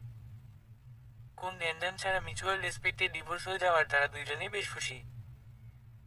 এদিকে সবার অগোচরে দেবযানী কখন যে চলে গিয়েছে সে বিষয়ে কারোই খোঁজ নেই। স্নিগ্ধ একটা রাজ্যের বিজয় নিয়ে তার বাসার দিকে পা বাড়াল। বেশ খুশি মনেই বাসায় ফিরল স্নিগ্ধ। রুমে ঢুকতেই কেমন যেন থমকে গেল। সবকিছু হঠাৎ অজানা লাগছে। ঘরের দেওয়ালের রং থেকে বিছানার চাদরটা পর্যন্ত যেন নতুন লাগছে তার। সবকিছু কেমন যেন রঙহীন লাগছে। মিনিট কয়েকটা ওটা হাতে নিয়ে নাড়াচাড়া করে দেখল। কেমন যেন একটা অদ্ভুত অনুভূতি কাজ করছে। হঠাৎ করে টেবিলের এক কোণে একটা ছবির দিকে নজর পড়ল স্নিগ্ধর। তার আর দেবযানীর বিয়ের ছবি। হঠাৎ করেই দেবযানীর কথা মনে পড়ে গেল। মিনিটেই সব শূন্যতা আর অদ্ভুতভাবে রহস্যের পর্দার উদ্ঘাটন করল স্নিগ্ধ।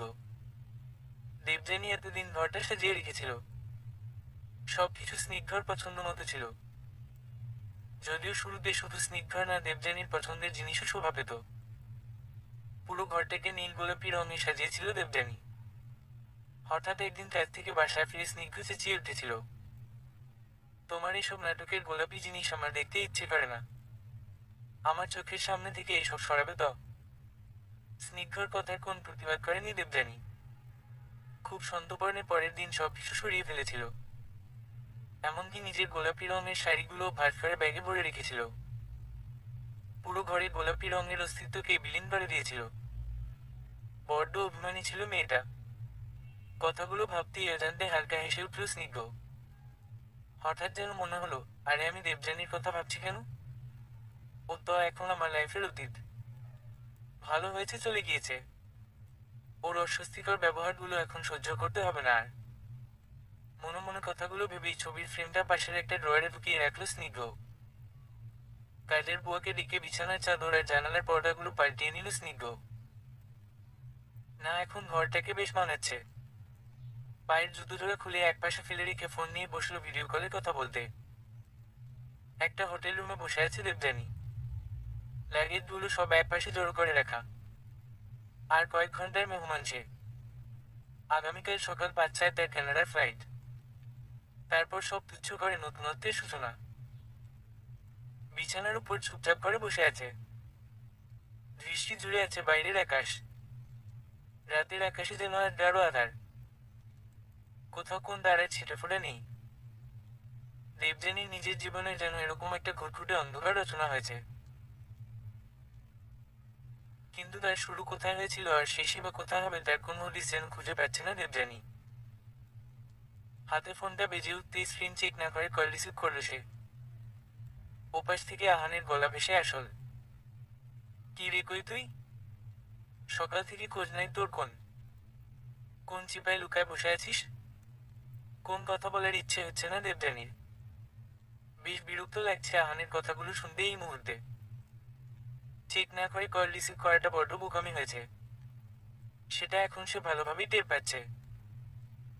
দেবযানীর কথার কোন উত্তর না পেয়ে আহান নিজে থেকেই বলে উঠল, আচ্ছা যাই হোক, আমি অফিস থেকে বের হচ্ছি। লোকেশন পাঠিয়ে দিচ্ছি। রেডি হয়ে চলে আয়। কালকে এমনিও চলে যাবি তুই। আবার কবে দেখা হবে কে জানে। দেরি করিস না বেশি। তাড়াতাড়ি বেরিয়ে পড়। দেবযানীকে কথা বলার সুযোগ না দিয়ে আহান ফোন কেটে দিল। দেবযানী হালকা বিরক্ত হলে কিছু করার নেই। আহান প্রচন্ড জেদি ছেলে। একবার যেটা বলে করেই ছাড়ে। দেবযানী এখন না গেলে আহান এখানে এসে তাকে নিয়ে যাবে।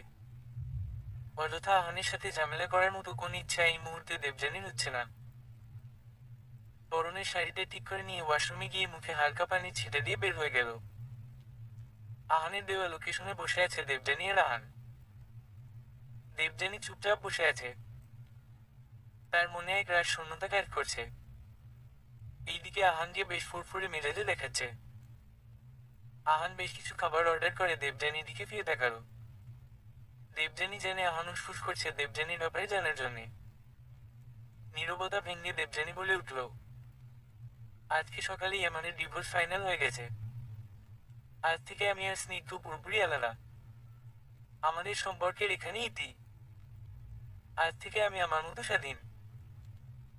কেউ আমাকে আর কোন কথা শোনাবে না, কেউ আমাকে আমার স্বপ্ন পূরণে বাধা দিবে না। শুধু আফসোস এইটুকুই, যদি স্নিগ্ধর থেকে আলাদা হওয়ার এই সিদ্ধান্তটা আমি শুরুতেই নিতাম, তাহলে হয়তো আজকে আমার মধ্যে এই শূন্যতা কাজ করতো না। কথাগুলো বলে থামলো দেবযানী। আহান বেশ বুঝতে পারছে দেবযানীর মনের অবস্থা। দেখ দেবযানী, আমি জানি তুই যে সিচুয়েশনে আছিস, কোন শব্দ, কোন কথা, কোন নীতিবাক্য তোকে সান্ত্বনা দেওয়ার ক্ষমতা রাখে না। আমি শুধু এইটুকুই বলবো, শূন্যতা তৈরি হয় পূর্ণতা পাওয়ার জন্যে। তোর পূর্ণতা হয়তো স্নিগ্ধকে দিয়েছিল না, হয়তো সেটা অন্য কাউকে দিয়ে, হয়তো বা তোর পূর্ণতা সম্পূর্ণ তোর নিজের। কাল তুই দেশ ছেড়ে যাচ্ছিস, নতুন স্বপ্ন, নতুন পথে। অতীতের জন্য তুই লাইফের অনেক বড় ক্ষতি করে ফেলেছিস, অনেক শূন্যতা তৈরি করে ফেলেছিস। আর এই শূন্যতাটাকে নিজেকে গ্রাস করতে দিস না। এখন পূর্ণতার পালা। হুম। কথাগুলো বলে আহান দেবযানীর দিকে তাকিয়ে একটা মৃদু হাসি দিল। দেবযানীর কথা না বাড়িয়ে হালকা মাথা নাড়িয়ে সায় দিল। এয়ারপোর্টে চেকিং পয়েন্টে দাঁড়িয়ে আছে দেবযানী। সব ডকুমেন্টস চেক করা আর ভেরিফিকেশন মোটামুটি শেষ, এখন শুধু ফ্লাইটে চড়া বাকি। প্ল্যাটফর্মের দিকে পা বাড়াতে বাড়াতে অতীতের সব কথাগুলো মনে করছে দেবযানী। হঠাৎ করে যেন জীবন কোন দিকে ঘুরে গেল কিছুই বুঝতে পারল না সে। হঠাৎ করে থেমে একবার পেছনে ফিরে দেখালো সে। দূর থেকে কাউকেই দেখা যাচ্ছে না, শুধু আহানকে ছাড়া। দেবযানীর বাবা মা এসেছিল মেয়েকে বিদায় দিতে, কিন্তু তারা হয়তো এতক্ষণে চলে গিয়েছেন। বিদায়ের সময় মাকে কাঁদাতে দেখে কিছুটা কষ্ট পেয়েছিল দেবযানী। যে মানুষগুলো তাকে আদর যত্নে বড় করেছে, তাদেরকে ছেড়ে সে কখনো দূরে যেতে চায়নি। আপনজনদের ছেড়ে দূরে যেতে হবে ভেবেই যেন মনটা ভার হয়ে আসল দেবযানীর।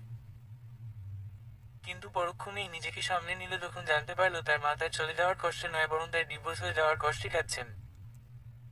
একজন ডিভোর্সির মা হিসেবে লোক সমাজে কেমন মুখ দেখাবেন ভেবে যেন তোর চোখে অশ্রু বন্যা বইছে। দেবযানীর বাবার যেন কোন ভাবান্তর নিয়ে এসবে। উনি এসেছেন দেবযানীর মায়ের জোড়াজড়িতে। তবে এত কিছুর মাঝে দেবযানীর মনের কোণে একটু আশা ছিল, হয়তো স্নিগ্ধ আসবে তাকে বিদায় দিতে। তার স্ত্রী নয়তো কি হয়েছে, তারা তো এখনো বন্ধু আছে। স্নিগ্ধ তো তাকে বলেছিল তাদের সম্পর্কটা প্রণয়ের আগে বন্ধুত্বের। সেই বন্ধুত্ব রক্ষার স্বার্থে হয়তো স্নিগ্ধ আসবে তাকে বিদায় জানাতে। কিন্তু দেবযানীর অধীর অপেক্ষার পরেও স্নিগ্ধর দেখা মেলেনি। শেষ অ্যানাউন্সমেন্টটা শোনার পর দেবযানীর মনে বারবার একটা প্রশ্ন উকি দিচ্ছিল, তাহলে কি স্নিগ্ধ তার সাথে আমার বন্ধুত্বের বাঁধনটাও ভেঙে ফেলেছে? বারবার নিজেকে প্রশ্ন করতে থাকে দেবযানী, কিন্তু যেন উত্তর মেলে না। চোখের সামনে দেখে যেন মন মানতে চায় না। অবশেষে অনেক কষ্টে নিজেকে বুঝিয়ে সামনে পা বাড়ায় সে। যে চলে গেছে সেটা এখন অতীত। যার উপস্থিতি নেই তার অস্তিত্ব নিয়ে মাথা ঘামাবে না সে এখন। তার এখন একটাই লক্ষ্য, একটাই উদ্দেশ্য। একটা শান্তির জীবন যেখানে কোন ঝুট ঝামেলা নেই। নেই কোন সম্পর্কের বেড়াজাল, নেই কোন মায়ের বাঁধন। এখন থেকে সে শুধু নিজেকে নিয়ে ভাববে, নিজের জন্য করবে। বাকি দুনিয়ার সাথে তার সম্পর্ক এখন তুঙ্গ। কথাগুলো নিজেকে বুঝিয়ে একটা দীর্ঘশ্বাস ফেলল দেবযানী। সব পিছুটান ভুলে ফ্লাইটে গিয়ে বসল সে। ঠিক আজ থেকে, এখন থেকে সবকিছু সে নতুন করে শুরু করবে। ভুলে যাবে সে স্নিগ্ধকে, ভুলে যাবে তার সাথে প্রণয়কে, ভুলে যাবে যে স্নিগ্ধ তাকে পরিণীতা করার স্বপ্ন দেখিয়েছিল সে আজকে অন্য কারো স্বপ্নে বিভোর। সব ছেড়ে এখন সে ডানা মেলবে নতুন দিগন্তে। নতুন জীবনে মাসখানেক সময় কেটে গিয়েছে প্রায়। এই সময়ের বেশিরভাগ অংশটুকুই কেটেছে তার ব্যস্ততায়। নতুন জীবন, নতুন জায়গা, নতুন পরিবেশ, নতুন সব অভ্যাস, সব মানিয়ে নিতে বেশ বেগ পেতে হয়েছে তার। নিজের সবকিছু বিসর্জন দিয়ে নিজেকে ভেঙে আবার নতুন করে গোছানো তো চারটিখানির কথা না। ব্যস্ততার মাঝে নিজেকে সুন্দর মানিয়ে নিয়েছে দেবযানী। একটা রুটিন লাইফে নিয়মিত চলছে জীবন। সকালে উঠে ঘর গুছিয়ে ফ্রেশ হয়ে চলে যায় অফিসে। সকালে নাস্তাটা সেখানেই সেরে সারাটা দিন ধরে ব্যস্ত থাকে। বাড়ি ফেরার পথে হালকা বাজার করে আনে, কখনো বা বাইরে থেকে খাবার পার্সেল করে আনে।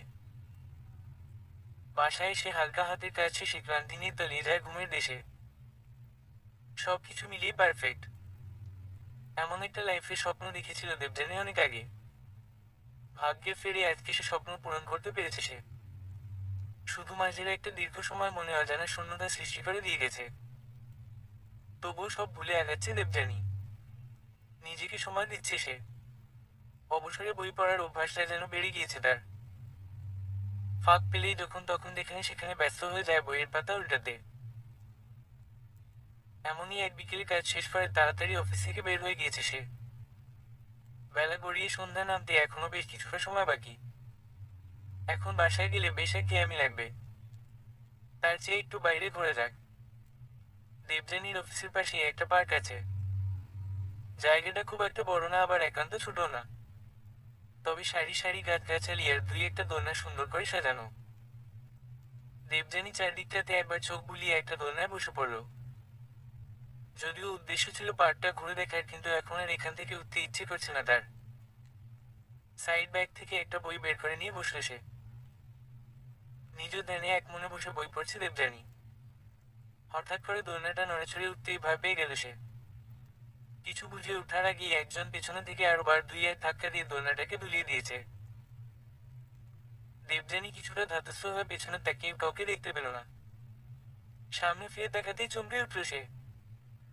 তারপর হুড়মুড় করে দোলনা থেকে নেমে দৌড়ে গিয়ে সামনে দাঁড়িয়ে থাকা মানুষটাকে জড়িয়ে ধরল। আহান, তুই এইখানে? What a pleasant surprise. দেবযানীর কথায় মুচকি হেসে আহান জবাব দিল, তোকে তো আগেই বলেছিলাম আমি কানাডায় বিজনেস সামলাচ্ছি। হ্যাঁ, কিন্তু তুই তো দেশে ফিরে গিয়েছিলি কি যেন কাজে। আর হ্যাঁ, বিয়ে করতে। বিয়ে করে ফেলেছিস? তোর বউকে নিয়ে এসেছিস? কোথায় তোর বউ? চলো না, আমি তোর বউকে দেখবো। আহান এক দৃষ্টিতে দেবযানীর দিকে তাকিয়ে আছে।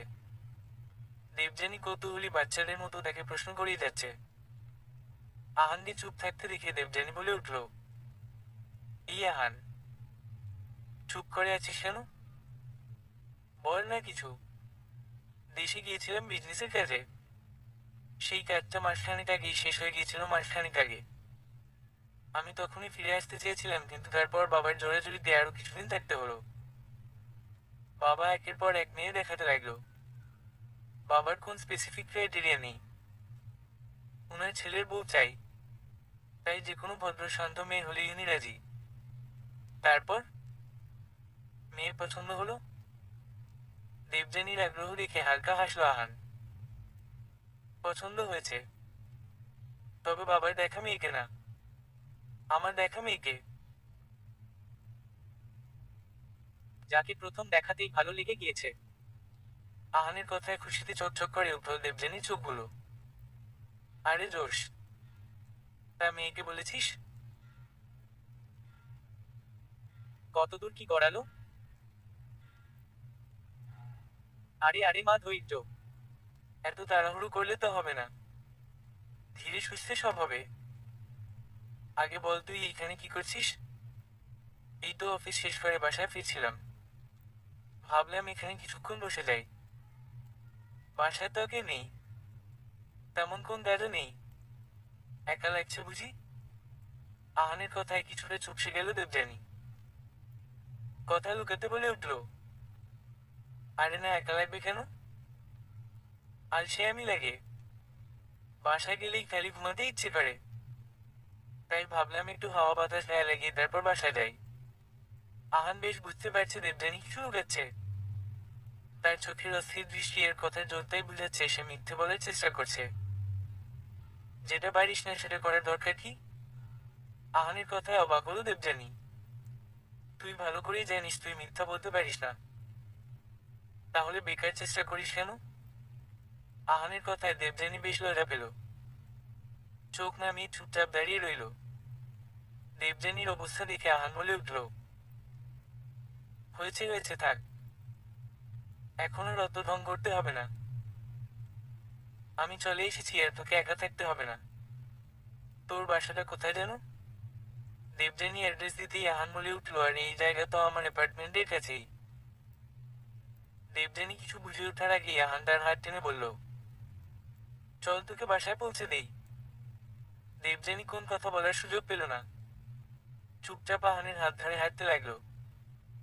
মাস কয়েক কেটে গিয়েছে।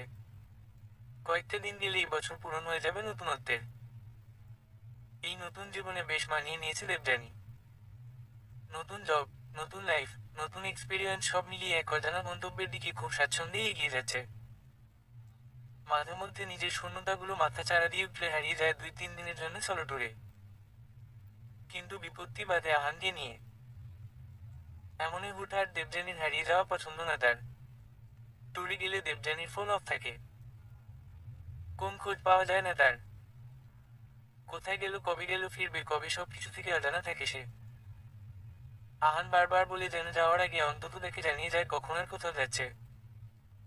কিছু হয়ে গেলে আনন্দ গিয়ে তাকে নিয়ে আসতে পারবে।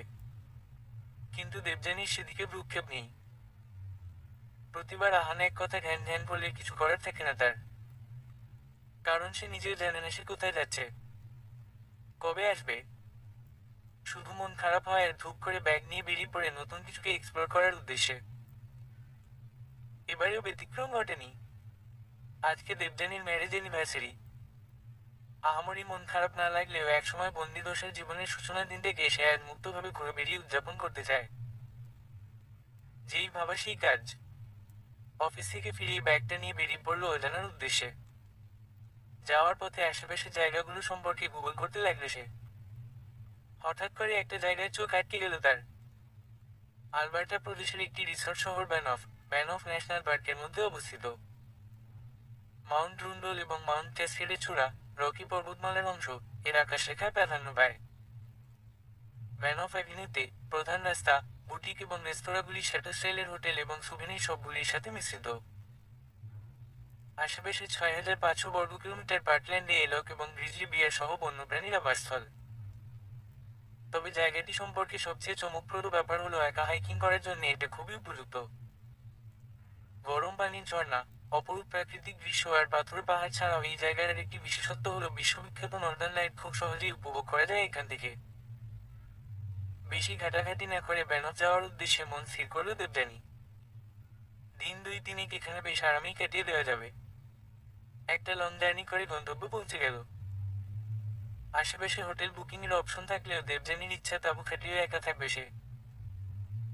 প্রয়োজনীয় জিনিসপাতি পাশের একটা সুপার শপ থেকে কিনে নিল। সন্ধ্যা ঘনিয়ে রাত নেমে এসেছে। বেশ ক্লান্ত লাগছে তার। তাঁবুটা শক্ত করে খাটিয়ে ভিতরে ঢুকেই ধূপ করে শুয়ে পড়ল। বড্ড বেশি ক্লান্ত লাগছে তার।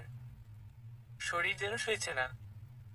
স্লিপিং ব্যাগে গায়ে এলিয়ে দিতেই হঠাৎ করে পুরনো স্মৃতিমন্থন করতে লাগলো। নিজের সাথে হওয়া সব ঘটনা একের পর একের হানা দিতে লাগলো।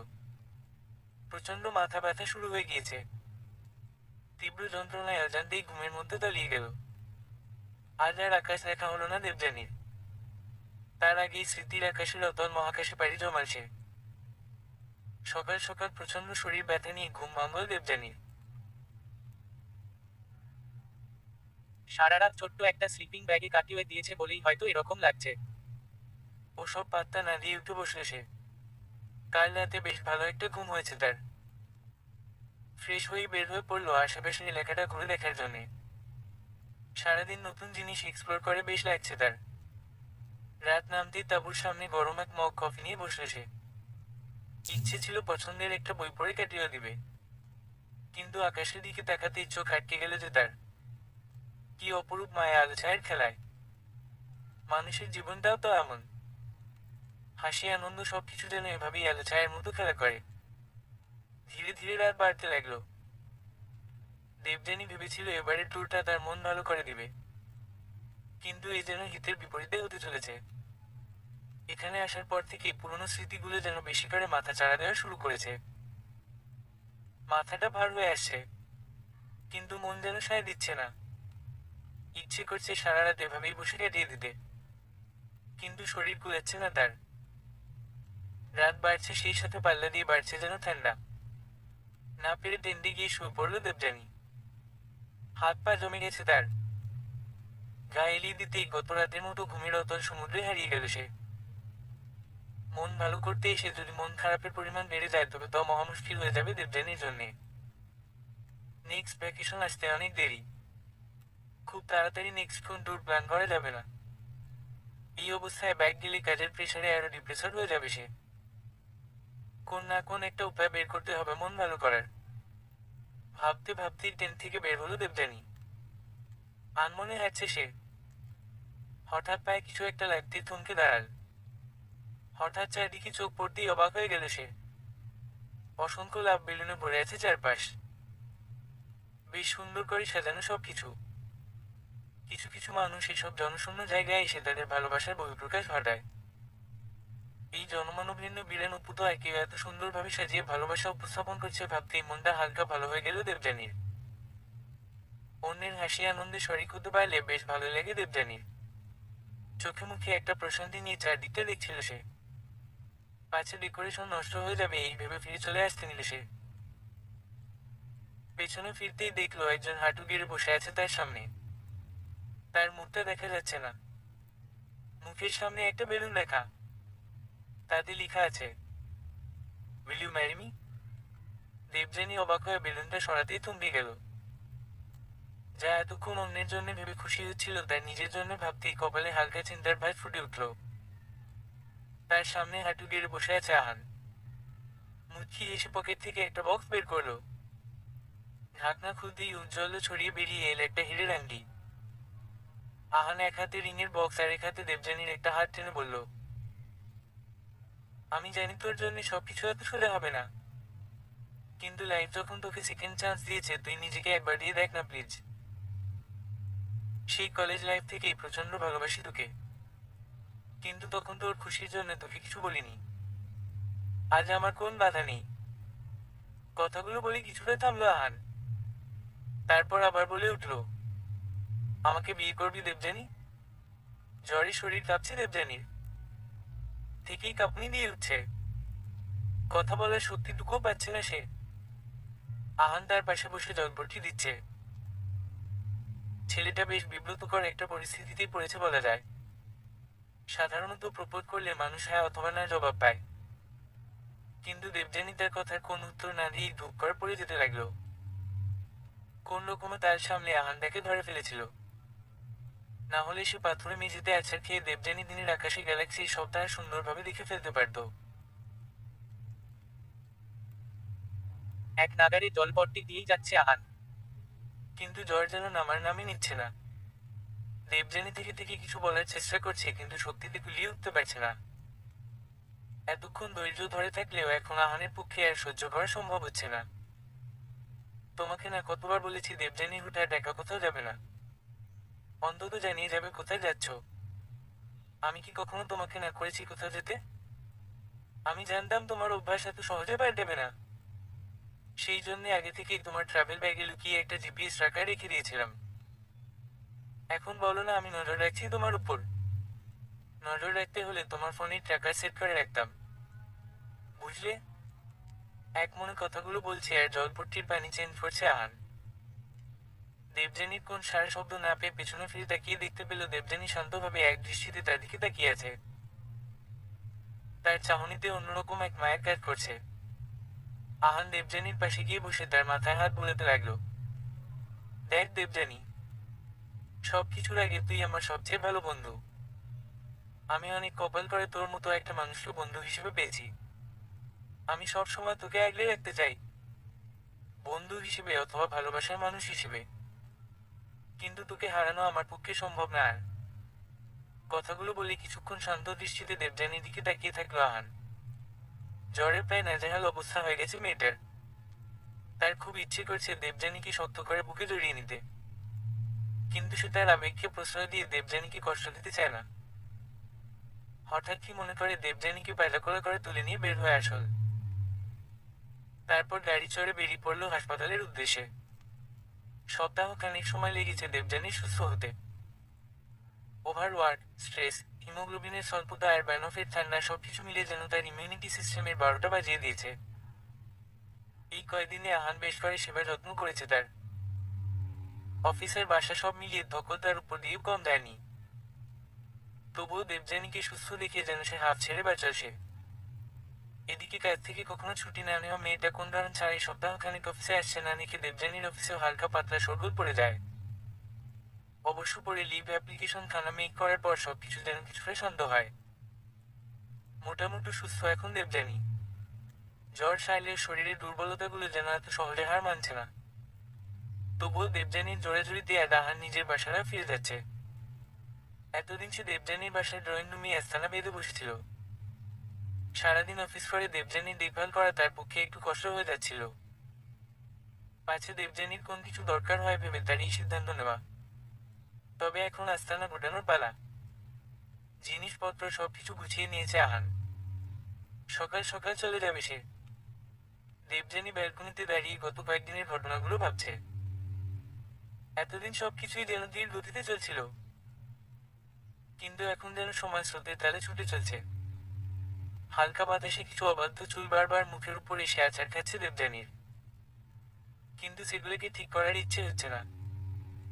দুই হাতে গায়ে চাদরটা পেঁচিয়ে এমনে ব্যস্ত সে। হালকা শীত শীত করছে তার। এমন সময় আহান গরম গরম 2 কাপ কফি এনে হাজির হলো। দেবযানী মৃদু এসে আহানের কাছ থেকে কফির মগটা নিল। এক চুমুক দিতেই যেন হারিয়ে গেল সে।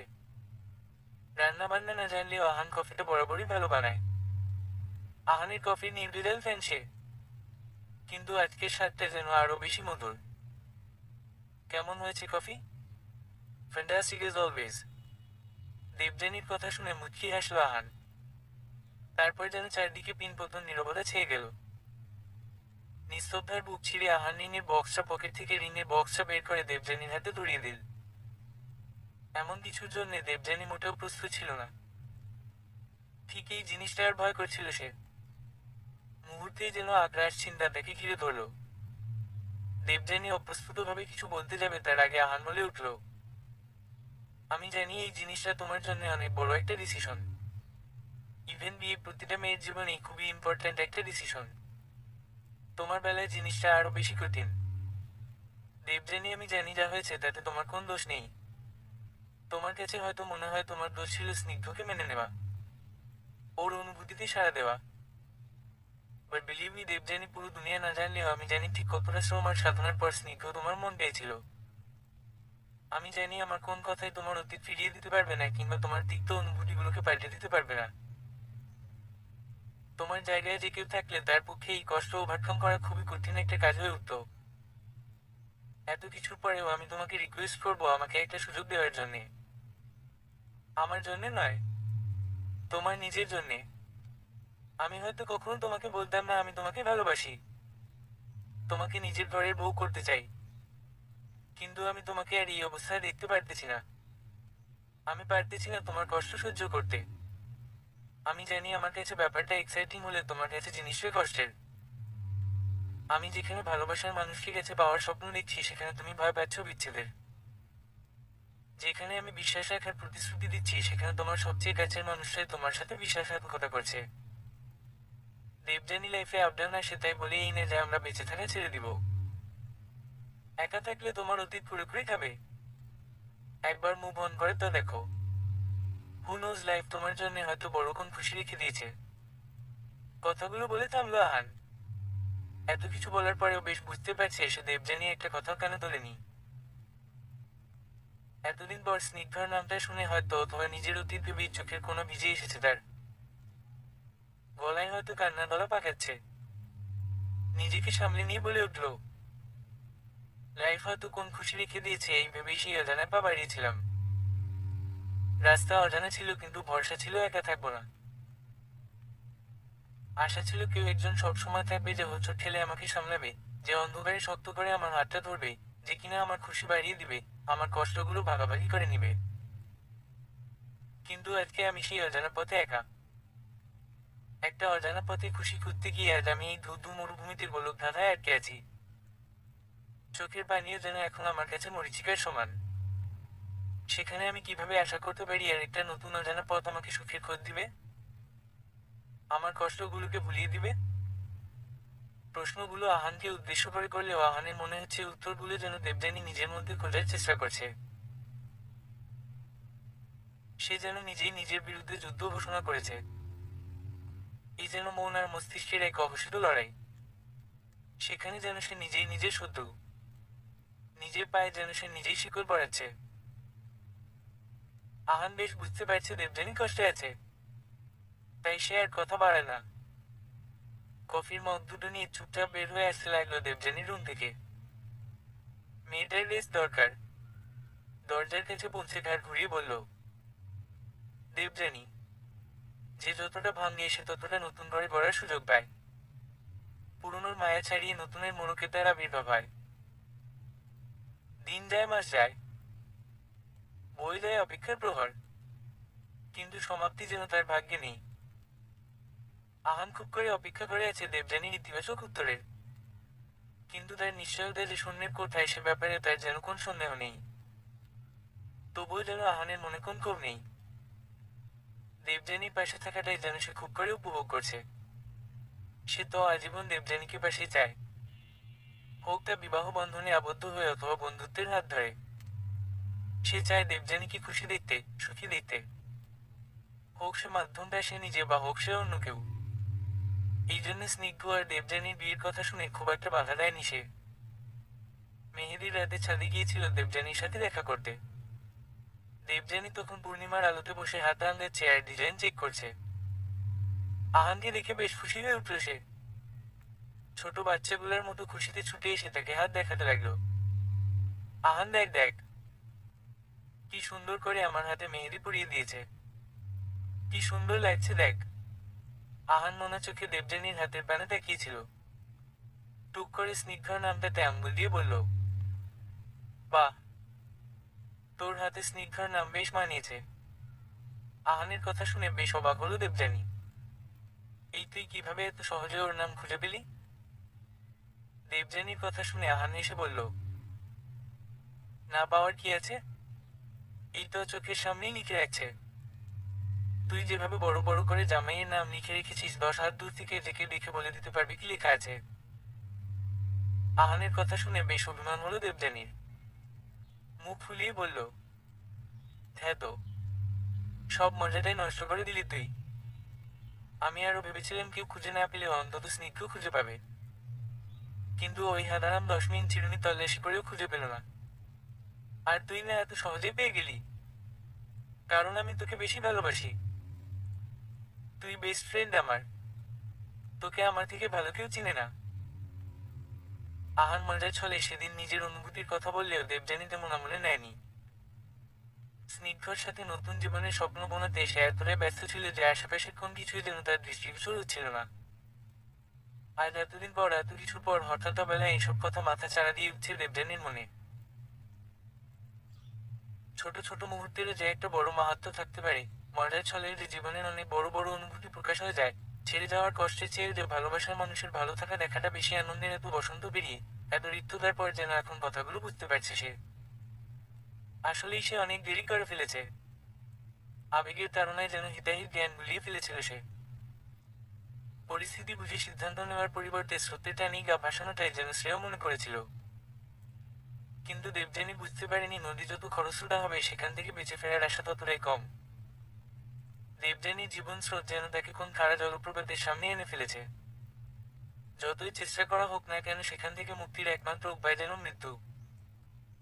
মৃত্যুর কথাটা মাথায় আসতেই কেমন যেন হারিয়ে যায় দেবযানী। আচ্ছা, তার কি মরে যাওয়া উচিত? তার জায়গায় কি অন্য কেউ থাকলে কি মরে যেত? এই প্রথম না, এর আগেও অসংখ্যবার এই কথা মাথায় এসেছে দেবযানীর। প্রতিবারই এক প্রশ্ন জিজ্ঞেস করেছে সে নিজেকে, কিন্তু কোন উত্তর খুঁজে পায় নাই। সে জানে তার জীবনে অনেক ঝড় বয়ে গেছে, অনেক কিছু হয়ে গেছে যেটা চাইলেও সে কখনো পাল্টাতে পারবে না। তাই বলে কি মরে যেতে হবে? তার কি বাঁচার অধিকার নেই? আশেপাশের এত সুন্দর একটা পৃথিবী, ভোরের সূর্য, ঘাসের ডগার শিশির বিন্দু, চারদিকে মানুষের আনাগোনা, হাজারের ভিড়ের কর্মব্যস্ততা, দিন শেষে নিরে ফেরা, রাতের আধারে ছড়িয়ে মেলালো, এসব কিছু কি যথেষ্ট নয় প্রাণ ভরে শ্বাস নেওয়ার জন্যে? ভাবতে ভাবতেই ঠোঁটের কোণে একটা হাসি ফুটে উঠল দেবযানীর। একটা লম্বা সময় পর তার নিজেকে হালকা মনে হচ্ছে। হঠাৎ কি মনে করে তার চিন্তায় ছেদ পড়ল। নিজেকে বেশ জীবন্ত লাগছে তার। আহানের কথাগুলো যেন খুব বেশি প্রভাব ফেলছে ইদানিং তার উপর। না, এভাবে চলতে দেওয়া যাবে না। আবেগকে প্রশ্রয় দেওয়ার মতো ভুল দ্বিতীয়বার করা যাবে না। বাস্তবতাকে মানতে শিখতে হবে। পৃথিবীর সব আবেগ অনুভূতি একদিকে আর বাস্তবতার আঘাত আর একদিকে। কোনোভাবেই তাকে অস্বীকার করার উপায় নেই। আহান দেবযানীর বাস্তবতাটা জানে না। এই মুহূর্তে সে আবেগের স্রোতে গা ভাসাচ্ছে। এই জন্যেই দেবযানীর প্রতি তার এত ভালোবাসা। কিন্তু আহান ভালো ছেলে। বাস্তবতাটা জানলে সে হয়তো স্নিগ্ধর মতো কোন কঠোর সিদ্ধান্ত নিবে না। হয়তো তাকে মায়া করে তার কাছেই রেখে দিবে। কিন্তু মায়ের বাঁধনই বা কয়দিন টিকবে? হয়তো এক পর্যায়ে সেও স্নিগ্ধর মতো বড় কোন পদক্ষেপ নিয়ে বসবে। জানে না দেবযানী এসব নিয়ে আর চিন্তা করতে পারছে না সে। মাথাটা ধরে গেছে তার। আহানকে দেবযানী বরাবরই একজন ভালো সাথী হিসেবে বিবেচনা করে এসেছে। স্নিগ্ধ না আসলে হয়তো আহানকেই লাইফ পার্টনার হিসেবে চিন্তা করতো সে। দেবযানী ভেবেছিল স্নিগ্ধর সাথে সাথে হয়তো নিজের বাস্তবতাটাকে পেছনে এসেছিল। কিন্তু ভাগ্যের সিদ্ধান্ত যেন এত সহজ নয়। আহানকে কোনোভাবেই কষ্ট দিতে পারবে না দেবযানী। কিন্তু আহান যে আবদার পূরণের আশা করে আছে তাতে তার সামনে দেবযানী চরম সত্যটা তুলে ধরাটা যেন বাধ্যবাধকতা হয়ে দাঁড়িয়েছে। আহান ভুল বলেছিল। মানুষ চাইলেই তার অতীত থেকে মুখ ফেরাতে পারে না। মানুষ চাইলেই তার ভবিষ্যৎ নিয়ে বাঁচতে পারে না। আহানের এই ভুল ভাঙানোর সময় হয়ে এসেছে। ফোনটা হাতে নিয়ে কাছের একটা লেকের ধারে আসতে বলে ক্ষুদ্র একটা বার্তা পাঠালো আহানের কাছে দেবযানী। লেকটা দেবযানীর বাসা থেকে খুব একটা দূরে না হলেও আহানের অফিস থেকে আধা ঘন্টার পথ। গায়ে লং কোট জড়িয়ে বেরিয়ে পড়ল দেবযানী। বেশ কিছুক্ষণ সময় ধরে লেকের ধারে একা একা বসে আছে দেবযানী। জায়গাটা বেশ পছন্দের তার। বিশাল জলরাশির দিকে তাকালে নিজের জীবনের শূন্যতাগুলো কেমন জানি উবে যায়। আহানের আসতে তেমন একটা সময় লাগলো না। অনুমান করা সময়ের মধ্যেই ঠোঁটে হাসি ঝুলিয়ে এসে পৌঁছে গেল। আহান এসে বেশ খোঁজ মেজাজেই গল্প জমাতে চাইল দেবযানীর সাথে। কেমন আছে কি করছে পর যেই না সে গল্পের ঝুড়ি খুলবে দেবযানী তখনই থামিয়ে দিল তাকে। আহান ভেবেছিল হয়তো দেবযানী আড্ডা দেওয়ার জন্য ডেকেছে তাকে। কিন্তু একমাত্র দেবযানীই জানে তার মধ্যে কোন ঝড় বইছে। দেবযানীর চেহারার গম্ভীরতা দেখে বেশ ভয় পেল আহান। নিজেকে কিছুটা সামলে নিয়ে বলল, কিরে দেবযানী, এভাবে মুখ গোমড়া করে বসে আছিস কেন? কিছু হয়েছে? আহানের কথার কোন জবাব দিল না দেবযানী। শুধু একটা দীর্ঘশ্বাস ফেলল সে। মনে হচ্ছে যেন ভিতরে ভিতরে এক অজানা যুদ্ধ করছে। আহান ভাবছে হয়তো দেবযানী তাকে না বলার জন্য রেখেছে। বেশ কয়েকদিন ধরেই সে কথাবার্তায় খুব করে ইশারা দিচ্ছে দেবযানীকে তার উত্তর দেওয়ার জন্যে। কিন্তু দেবযানী যেন সেসব দেখে না দেখার ভান করছে। আজ হয়তো বিরক্ত হতেই তলব। এসব ভেবে আহান মুখ খুলতে যাবে তখনই দেবযানী বলে উঠল, আমি কখনো মা হতে পারবো না আহান। দেবযানীর কথাটা যেন আহানের মাথায় বাজের মতো আছড়ে পড়ল। নিজের কানকে বিশ্বাস করতে পারছে না সে। সেকেন্ড কয়েকের জন্য যেন থমকে গেল সে। কি করবে কি বলবে কিছুই বুঝতে পারছে না সে। কিছুক্ষণ পর নিজেকে সামলে বলে উঠল, ওয়েট, হোয়াট? এসব কি বলছিস তুই দেবযানী? তোর কি মাথাটা ঠিক আছে? আহানের কথা এবার নড়েচড়ে বসলো দেবযানী। আহান, তুই শুধু জানিস আমার আর স্নিগ্ধর ডিভোর্স হয়েছে। কেন হয়েছে এইটা তুই কখনো জানতে চাসনি। তাই আমিও কখনো তোকে বলিনি। আর হয়তো কখনো বা বলতামও না। কি লাভ নিজের অপূর্ণতার কথা অন্যকে জানিয়ে? কিন্তু তুই যে স্বপ্ন দেখছিস, আমার কাছে যে প্রত্যাশা করছিস তার জন্য আমি আজকে তোকে জানাতে বাধ্য হলাম। আহান হয়ে দেবযানীর কথা শুনছে। কি বলবে তার জানা নেই। দেবযানীর কথাগুলো যেন সে হজম করতে পারছে না। সে কখনো ভাবেনি এমন কোন কিছু তার শুনতে হবে। না কোন প্রশ্ন, না কোন চিন্তা, না কোন সমাধান, কোন কিছুই আসছে না তার মাথায়। যেন একেবারে ব্ল্যাঙ্ক হয়ে আছে। আহানকে চুপ থাকতে দেখে দেবযানী নিজেই বলে উঠল, বিয়ের বছরখানেক পর থেকে স্নিগ্ধর মা আমাদেরকে ফোর্স করতে থাকে বাচ্চা নেওয়ার জন্যে। আমি তখনও মেন্টালি প্রিপেয়ার ছিলাম না। তবুও অনেক চেষ্টার পরেও যখন বাচ্চা হচ্ছিল না, স্নিগ্ধর মা আমার উপর চড়াও হতে শুরু করলেন। ডাক্তার কবিরাজ কোন কিছুই বার রাখলেন না উনি। স্নিগ্ধর চেয়ে ওনার আগ্রহ যেন বাড়তে লাগলো। উনি নিজেই আমার সাথে সবখানে যেতেন। কোন টেস্ট করাতে হতো বা ডাক্তারের অ্যাপয়েন্টমেন্ট ছিল উনি নিজ দায়িত্বে আমাকে নিয়ে যেতেন। সবশেষে ফার্টিলিটি টেস্ট করে জানতে পারলাম আমার ওভারি অনেক উইক। বেবি হওয়ার জন্য যথেষ্ট ফার্টাইল এগ তৈরি করতে সক্ষম না। আমি মা হতে পারবো না। স্নিগ্ধকে বাবা হওয়ার আর তার মাকে দাদি হওয়ার সুখ দেওয়ার সামর্থ্য আমার নেই। রিপোর্ট পেয়ে আমি যতটা নাশক ছিলাম, স্নিগ্ধর মায়ের আফসোস যেন তার চেয়ে কয়েকগুণ বেশি বাড়তে লাগলো। শুরুতে আমার পিছনে কিন্তু পরে প্রকাশ্যেই আমাকে গালমন্দ করতে লাগলেন। প্রথম দিকে স্নিগ্ধ কিছুটা প্রতিবাদ করলেও আস্তে আস্তে সে যেন বিরক্ত হয়ে উঠল। এক সময় সে যেন বিষিয়ে উঠল। আমার প্রতি তার ভালোবাসা কর্পূরের চেয়ে তাড়াতাড়ি উবে গেল। কথাগুলো বলে থামলো দেবযানী। গলা ভার হয়ে আসছে তার। নিজেকে অনেক কষ্টে সামলাচ্ছে সে। জোরে জোরে নিঃশ্বাস নিয়ে কান্না আটকানোর চেষ্টা করছে। বেশ কিছুক্ষণ দাঁতে দাঁত চেপে নিজেকে শান্ত করে বলল, আমি কখনো এসবের জন্য স্নিগ্ধ কিংবা তার পরিবারকে দায়ী করিনি। কারণ তাদের কোন দোষ নেই এতে। জগতের সমস্ত প্রাণী বন্ধনে আবদ্ধ হয় তার বংশকুলকে এগিয়ে নিয়ে যাওয়ার জন্যে। স্বামী স্ত্রীর সম্পর্ক কয়েকগুণ মজবুত হয় যখন তাদের মধ্যে আরেকটা নতুন প্রাণ আসে। সেখানে আমি ব্যর্থ।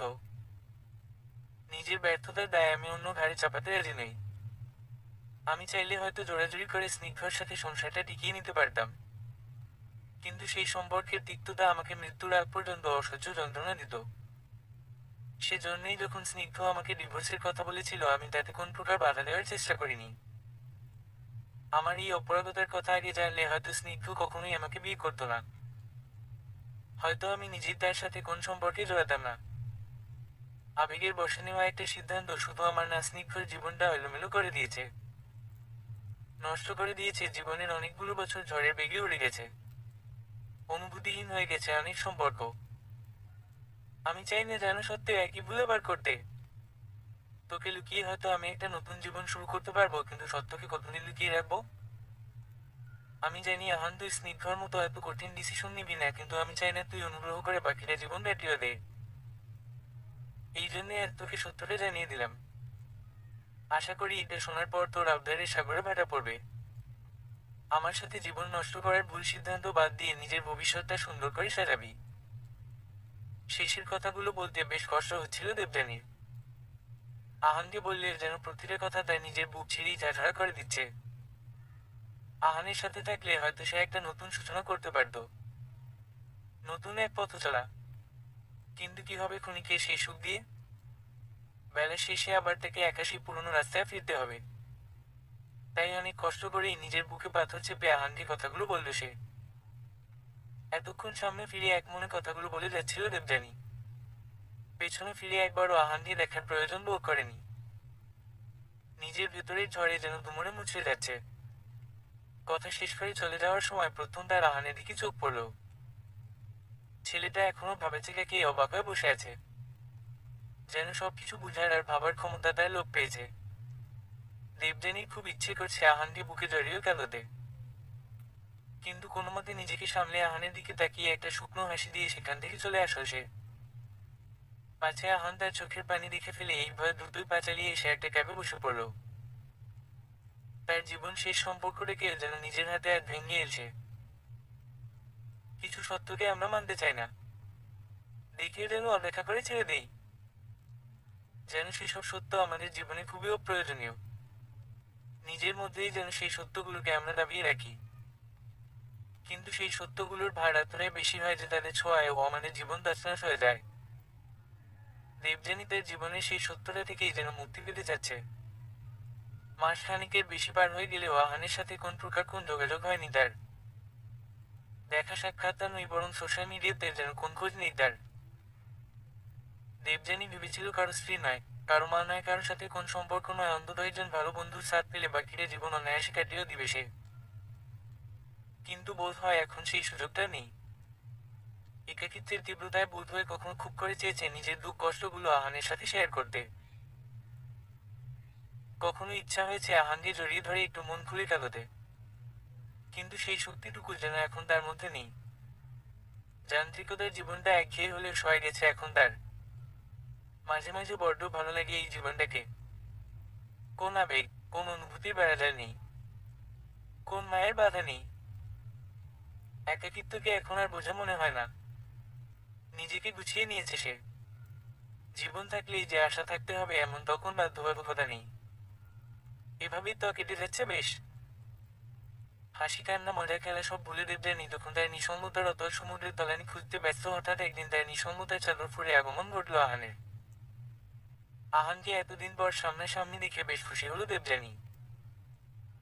বিচ্ছেদের পর এই প্রথম নিজের কোন পছন্দের মানুষকে দেখে তার খোঁড়া বুকে এক পশলা বৃষ্টির ধারা বয়ে গেল। অন্য সময় হলে হয়তো দেবযানী এক গাল হাসি নিয়ে এগিয়ে গিয়ে জড়িয়ে ধরত তাকে।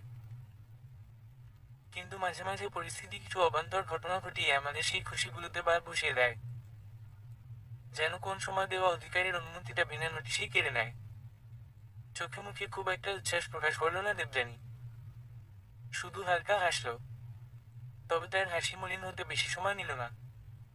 লাঞ্চ আওয়ারে কাছের একটা রেস্টুরেন্টে বসে কফি খাচ্ছিল সে। অন্যদিন ভারী কিছু খেলেও আজ কেমন যেন পেট সইছে না। এই একটু ফ্রেশ বাতাসের সাথে কফি রেখেছে মেনুতে। এক হাতে কফির মগ আর এক হাতে একটা লোকাল ম্যাগাজিন নিয়ে যখন দেবযানী সময় কাটাতে ব্যস্ত, এই সময় কোথা থেকে আহানের আগমন ঘটল। দেবযানী কিছু বলে ওঠার আগেই আহান কুশল বিনিময়ের পাটটা চুকিয়ে নিল। গভীর কোন কথাবার্তায় যাওয়ার আগেই আহান একটা খাম এগিয়ে দিল তার দিকে। দেবযানী কিছুটা প্রশ্নসূচক দৃষ্টিতে তাকিয়ে খামটা হাতে নেওয়ার আগেই আহান বলে উঠল, আগামী মাসের 13 তারিখে আমার বিয়ে। কানাডায় আমার তেমন কোন আত্মীয় নেই। বাবা আসছেন দেশ থেকে, আর কিছু ক্লোজ রিলেটিভ। বন্ধু বান্ধব কয়েকজন থাকবে। তুই আমার সবচেয়ে কাছের বন্ধু। তুই না আসলে কিভাবে বিয়ে করি বল। তাই প্রথম কার্ডটা তোকে দিতে এলাম। কথাগুলো এক নাগাড়ে বলে থামলো আহাম। ওর কথা বলার ধরন দেখে মনে হচ্ছে দেবযানীকে বলার আগে নিজে থেকে কয়েকবার কথাগুলো প্র্যাকটিস করেছে সে। জোড়াতাটা এখনো ঠিকভাবে কাটেনি। দেবযানী খামটা খুলতে গিয়ে খুলল না। হাত আটকে গেল তার। আজ মাসের 27 তারিখ, মানে আর 15 দিন পর তার সবচেয়ে কাছের বন্ধুটা অন্য কারো হয়ে যাবে। নিজের ভাগ্যের উপর এক ছোট তিরস্কারের হাসি হেসে খামটা টেবিলের উপর রেখে সে ঠোঁটের কোণের হাসিটা আর একটু প্রসারিত করে দেবযানী বলল, congratulations, wish you happy life ahead. দেখ দেবযানী, আহান কিছু একটা বলতে গিয়ে যেন থেমে গেল। ইতস্তত করে কথা শেষ করতে চাইল, কিন্তু পারল না। তার আগেই একটা কল এল। কলটা রিসিভ করে ওপাশ থেকে কিছু শুনে দেবযানীর কাছ থেকে বিদায় নিল সে। তবে যাওয়ার আগে পিছন ফিরে বলল, আমি জানি না তুই আসবি কিনা, কিন্তু চাই আমার এত বড় একটা দিনে আমার বেস্ট ফ্রেন্ড আমার পাশে থাকুক। আমি তোর অপেক্ষায় থাকবো। কথাটা বলে আর মুহূর্ত অপেক্ষা করলো না আহান। মৃদু হেসে চলে গেল। দেবযানী নির্বিকার তার চলে যাওয়ার দিকে তাকিয়ে রইল। আয়নার সামনে বসে আছে দেবযানী। সামনে একটা লাল রঙের সুন্দর শাড়ি আর এক গোছা লাল রঙের ছুরি। বিয়ের দিন সকালে আহান এইসব পার্সেল পাঠিয়েছে দেবযানীর জন্যে। দেবযানী একরকম ভুলেই গিয়েছিল আজকে আহানের বিয়ে। সকাল সকাল ডেলিভারি ম্যানের ডাকে ঘুম ভাঙে তার। তখন থেকেই দ্বিধাদ্বন্দ্বে আছে সে যাবে কি যাবে না এই ভেবে। আহানের পাঠানো জিনিসগুলোর দিকে একবার চোখ বুলিয়ে নিল সে। এই চুড়িগুলো খুব পছন্দের ছিল দেবযানীর। প্রায় সে বাহানা করত স্নিগ্ধকে এরকম কাঁচের ছুরি কিনে দেওয়ার। কিন্তু স্নিগ্ধ তাকে বারবার বলল, আমার বউ সোনার চুড়ি পরবে। আমার বউ কেন কাঁচের ছুরি পরবে। অতীতের সময়গুলোর স্মৃতি রোমন্থন করতে করতে দেবযানী শাড়ি পরতে শুরু করলো। কি ভেবে যেন ঠিক করলো আজকে বেশ সাজবে সে। খুব করে সুন্দর করে গুছিয়ে তুলবে নিজেকে, শুধু আজকের দিনটার জন্যে। আজ তার সবচেয়ে প্রিয় বন্ধুর জীবনের এক নতুন শুরু। সে চায় না তার বিষণ্ণতার ছায়া অন্য কারো জীবনে পড়ুক। একটা মাঝারি ফুলের তোড়ে নিয়ে ভেন্যুতে হাজির হলো দেবযানী। মনে মনে খুব করে সাজার ডিসিশন নিলেও সেই সিদ্ধান্ত এর রূপান্তর হালকা সীমা রেখায় এসে থেমে গিয়েছে। কিন্তু এই সাদামাটা লুকটাতে যেন বেশ স্নিগ্ধ লাগছে তাকে। খুব বেশি একটা মানুষ নেই ভেন্যুতে। এদের কাউকেই তেমন চেনে না দেবযানী। ধীর পায়ে বেশ কিছুটা আঘাতেই একজন লোক এসে দেবযানীকে তার সাথে যেতে বলল। দেবযানী লোকটার পিছু পিছু যেতে লাগলো। লোকটা একটা রুম দেখিয়ে দেবযানীকে সেখানে যেতে বলল। দেবযানী কিছু বলবে তার আগেই লোকটা চলে গেল। দেবযানী ধীর হাতে দরজা খুলে রুমে ঢুকলো। মাথা তুলে সামনে তাকাতেই সে আহানকে দেখতে পেল। আয়নার সামনে দাঁড়িয়ে শেরওয়ানি ঠিক করছে সে। আহানকে সুন্দর লাগছে। দেবযানী এগিয়ে গিয়ে তার হাতের ফুলের তোড়াটা আহানের দিকে এগিয়ে দিয়ে বলল, নতুন জীবনের শুভেচ্ছা। আহান হালকা হেসে উত্তর দিল, তোকেও। আহানের কথায় তেমন কোন তার নিলে দেবযানী। চোখ টলমল করছে তার। কোন রকমে নিজেকে সামলে বলল, তোর বউকে দেখছি না। কোন রুমে? নতুন বউকে আশীর্বাদ দিয়ে আসি। কথাগুলো বলে হাসি মুখে আহানের দিকে তাকালো দেবযানী। আহান তখনও নির্বিকার তার দিকে তাকিয়ে। কোন মুহূর্ত না পেয়ে দেবযানী আবার প্রশ্ন করল। আহান এবার দেবযানীর পিছনে এসে তার দুই কাঁধে হাত দিয়ে আয়নার কাছে নিয়ে গেল। আয়নায় অপলক তাকিয়ে বলল, এই যে আমার বধূ, আমার সামনে, আমার দেওয়া লাল টুকটুকে শাড়িতে আমার রং নিয়ে নিজেকে রাঙিয়ে। আহানের কথা শুনে দেবযানীর যেন বিস্ময়ের সীমা কাটছে না। অবাক হয়ে তাকিয়ে আছে সে আহানের দিকে। কি বলছে এইসব ছেলেটা? মাথা ব্যথা গেল নাকি? আমি কেন তার বউ হতে যাব? ঘটা করে আমাকে বিয়ের কার্ড দিয়ে এইভাবে। ধূপ করে মনে পড়ে গেল দেবযানী যে সে তো কার্ড খুলেই দেখেনি। কার্ডের উপরেই সময় আর লোকেশন দেওয়া ছিল। তাই সে আর কার্ড খুলে দেখার প্রয়োজন বোধ করেনি। কিন্তু মনে মনে কথাগুলো চিন্তা করছে দেবযানী। কেমন জানি তালগোল বাকিয়ে যাচ্ছে সব। আহানজি কিছু বলতে যাবে তার আগেই কেউ একজন দরজায় নক করে বলে গেল, বিয়ের সময় হয়ে গেছে। পাত্র পাত্রীকে হলে দেখছে। দেবযানীকে কোন কথা বলার সুযোগ দিল না আহান। তার হাত ধরে বের হয়ে গেল রুম থেকে। বাসর রাতে নিজের ঘরে বসে আছে দেবযানী। সবকিছু কেমন কল্পনা মনে হচ্ছে তার। একটা ঘোরের মধ্যে আছে সে। কিছুক্ষণ পর আহান রুমে আসল। দরজা বন্ধ করতে করতে পেছনে দেবযানীর গলা শুনতে পেল সে। দেবযানীর কিছু বলার আগেই সে বলে উঠল, আমি জানি তোর মনে এখন এক গাদা প্রশ্ন ভিড় করছে। কেন, কিভাবে, অনেক কিছু। আমি তোকে এত কিছু জবাব দিব না। আমার কাছে এখন সব অপ্রয়োজনীয়। তবে হ্যাঁ, তুই এইটা জানার অধিকার অবশ্যই রাখিস যে এতদিন কেন কোন যোগাযোগ করিনি তোর সাথে। কথাটা বলে দেবযানীর পাশে এসে বসল সে। দেবযানীর হাত দুটো নিজের হাতে টেনে নিয়ে বলল, আমি জানি না তুই সেদিন যে কথা বলেছিস সেটা তোর অপূর্ণতা হয় কিভাবে। এই বিষয়ে তোর কোন হাত নেই। সবটাই সৃষ্টিকর্তার দান। তাই বলে তুই শাস্তি কেন পাবি? বাবাকে বলার পরে বাবাও অমত করেননি। বাবা আগে থেকেই জানতেন আমি তোকে ভালোবাসি, তাই তিনিও হাসি মুখে মেনে নিয়েছেন সব। সবকিছুর মধ্যে বড় সমস্যা ছিল তোকে রাজি করানো। তুই নিজের উপর এতটা বিমুখ হয়ে গিয়েছিস যে ভালো যাই হোক না কেন তুই তা মেনে নিতে পারছিস না। কিন্তু কিছু খারাপ হতে না হতেই তুই সেটাকে আপন ঘরে বসে আছিস।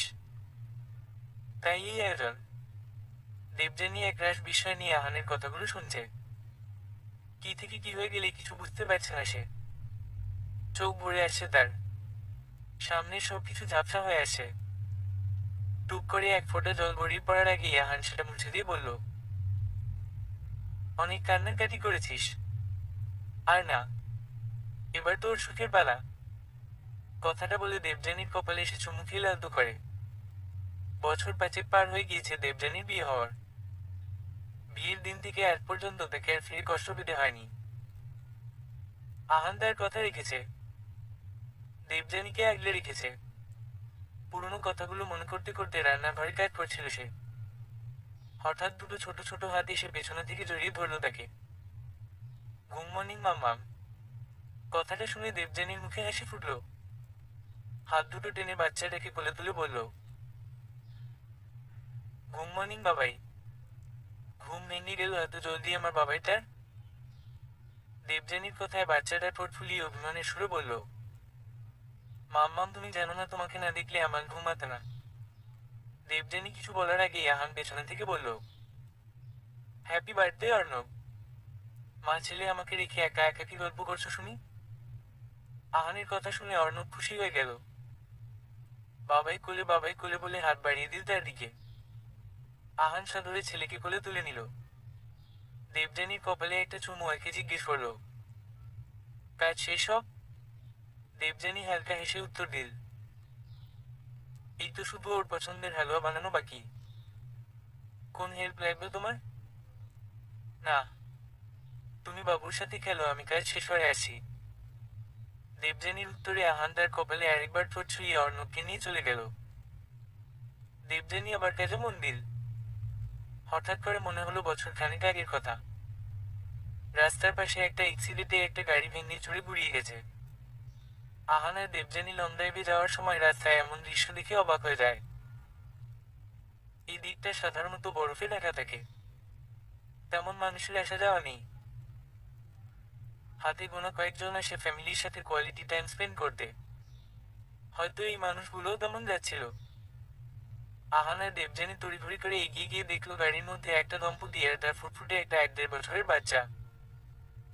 আশ্চর্যের ব্যাপার হলো এক্সিডেন্টে সেই দম্পতি গুরুতর আহত হলেও বাচ্চাটার তেমন কোন ক্ষতি হয়নি। সে তার মায়ের রক্তাক্ত দেহের উপর বসে অনবরত কেঁদে চলছে। আহান চারপাশটা ঘুরে এসে দেবযানীকে টানতে লাগলো। দেবযানী, চলো এখান থেকে। ওদের গাড়ির ফুয়েল ট্যাঙ্ক লিক করেছে, যে কোনো মুহূর্তেই আগুন লেগে যেতে পারে। চলো। আহান হাত ধরে টানতেই দেবযানী সম্মতি ফিরে পেল। কিছু না বলেই বাচ্চাটাকে বুকে তুলে নিল। আহান দেখে টানতে টানতে নিজের গাড়ির কাছে আনতেই পিছনে বিকট শব্দে গাড়িটা ব্লাস্ট করলো। দেবযানী দুহাতে শক্ত করে বাচ্চাটাকে বুকে জড়িয়ে নিল। কথাগুলো ভাবতেই কেমন থমকে গেল দেবযানী। জীবন তাকে কখন কোন পরিস্থিতিতে ফেলে দিবে তা যেন যে কারো কল্পনার বাইরে। স্রষ্টা আমাদের থেকে কিছু কেড়ে নিলে তা ফিরিয়ে দেন কোন না কোন উপায়ে। দরকার শুধু ধৈর্য আর আস্থা। কথাগুলো ভাবতে ভাবতেই সামনে দেখালো সে। ড্রয়িং রুমে বসে আহান আর অর্ণব খুনসুটি করছে। কাজের ফাঁকে ফাঁকে তাদের দেখে দেবযানীর মুখে হাসি ফুটে উঠছে। নিজেকে পূর্ণ লাগছে তার। সমাপ্ত।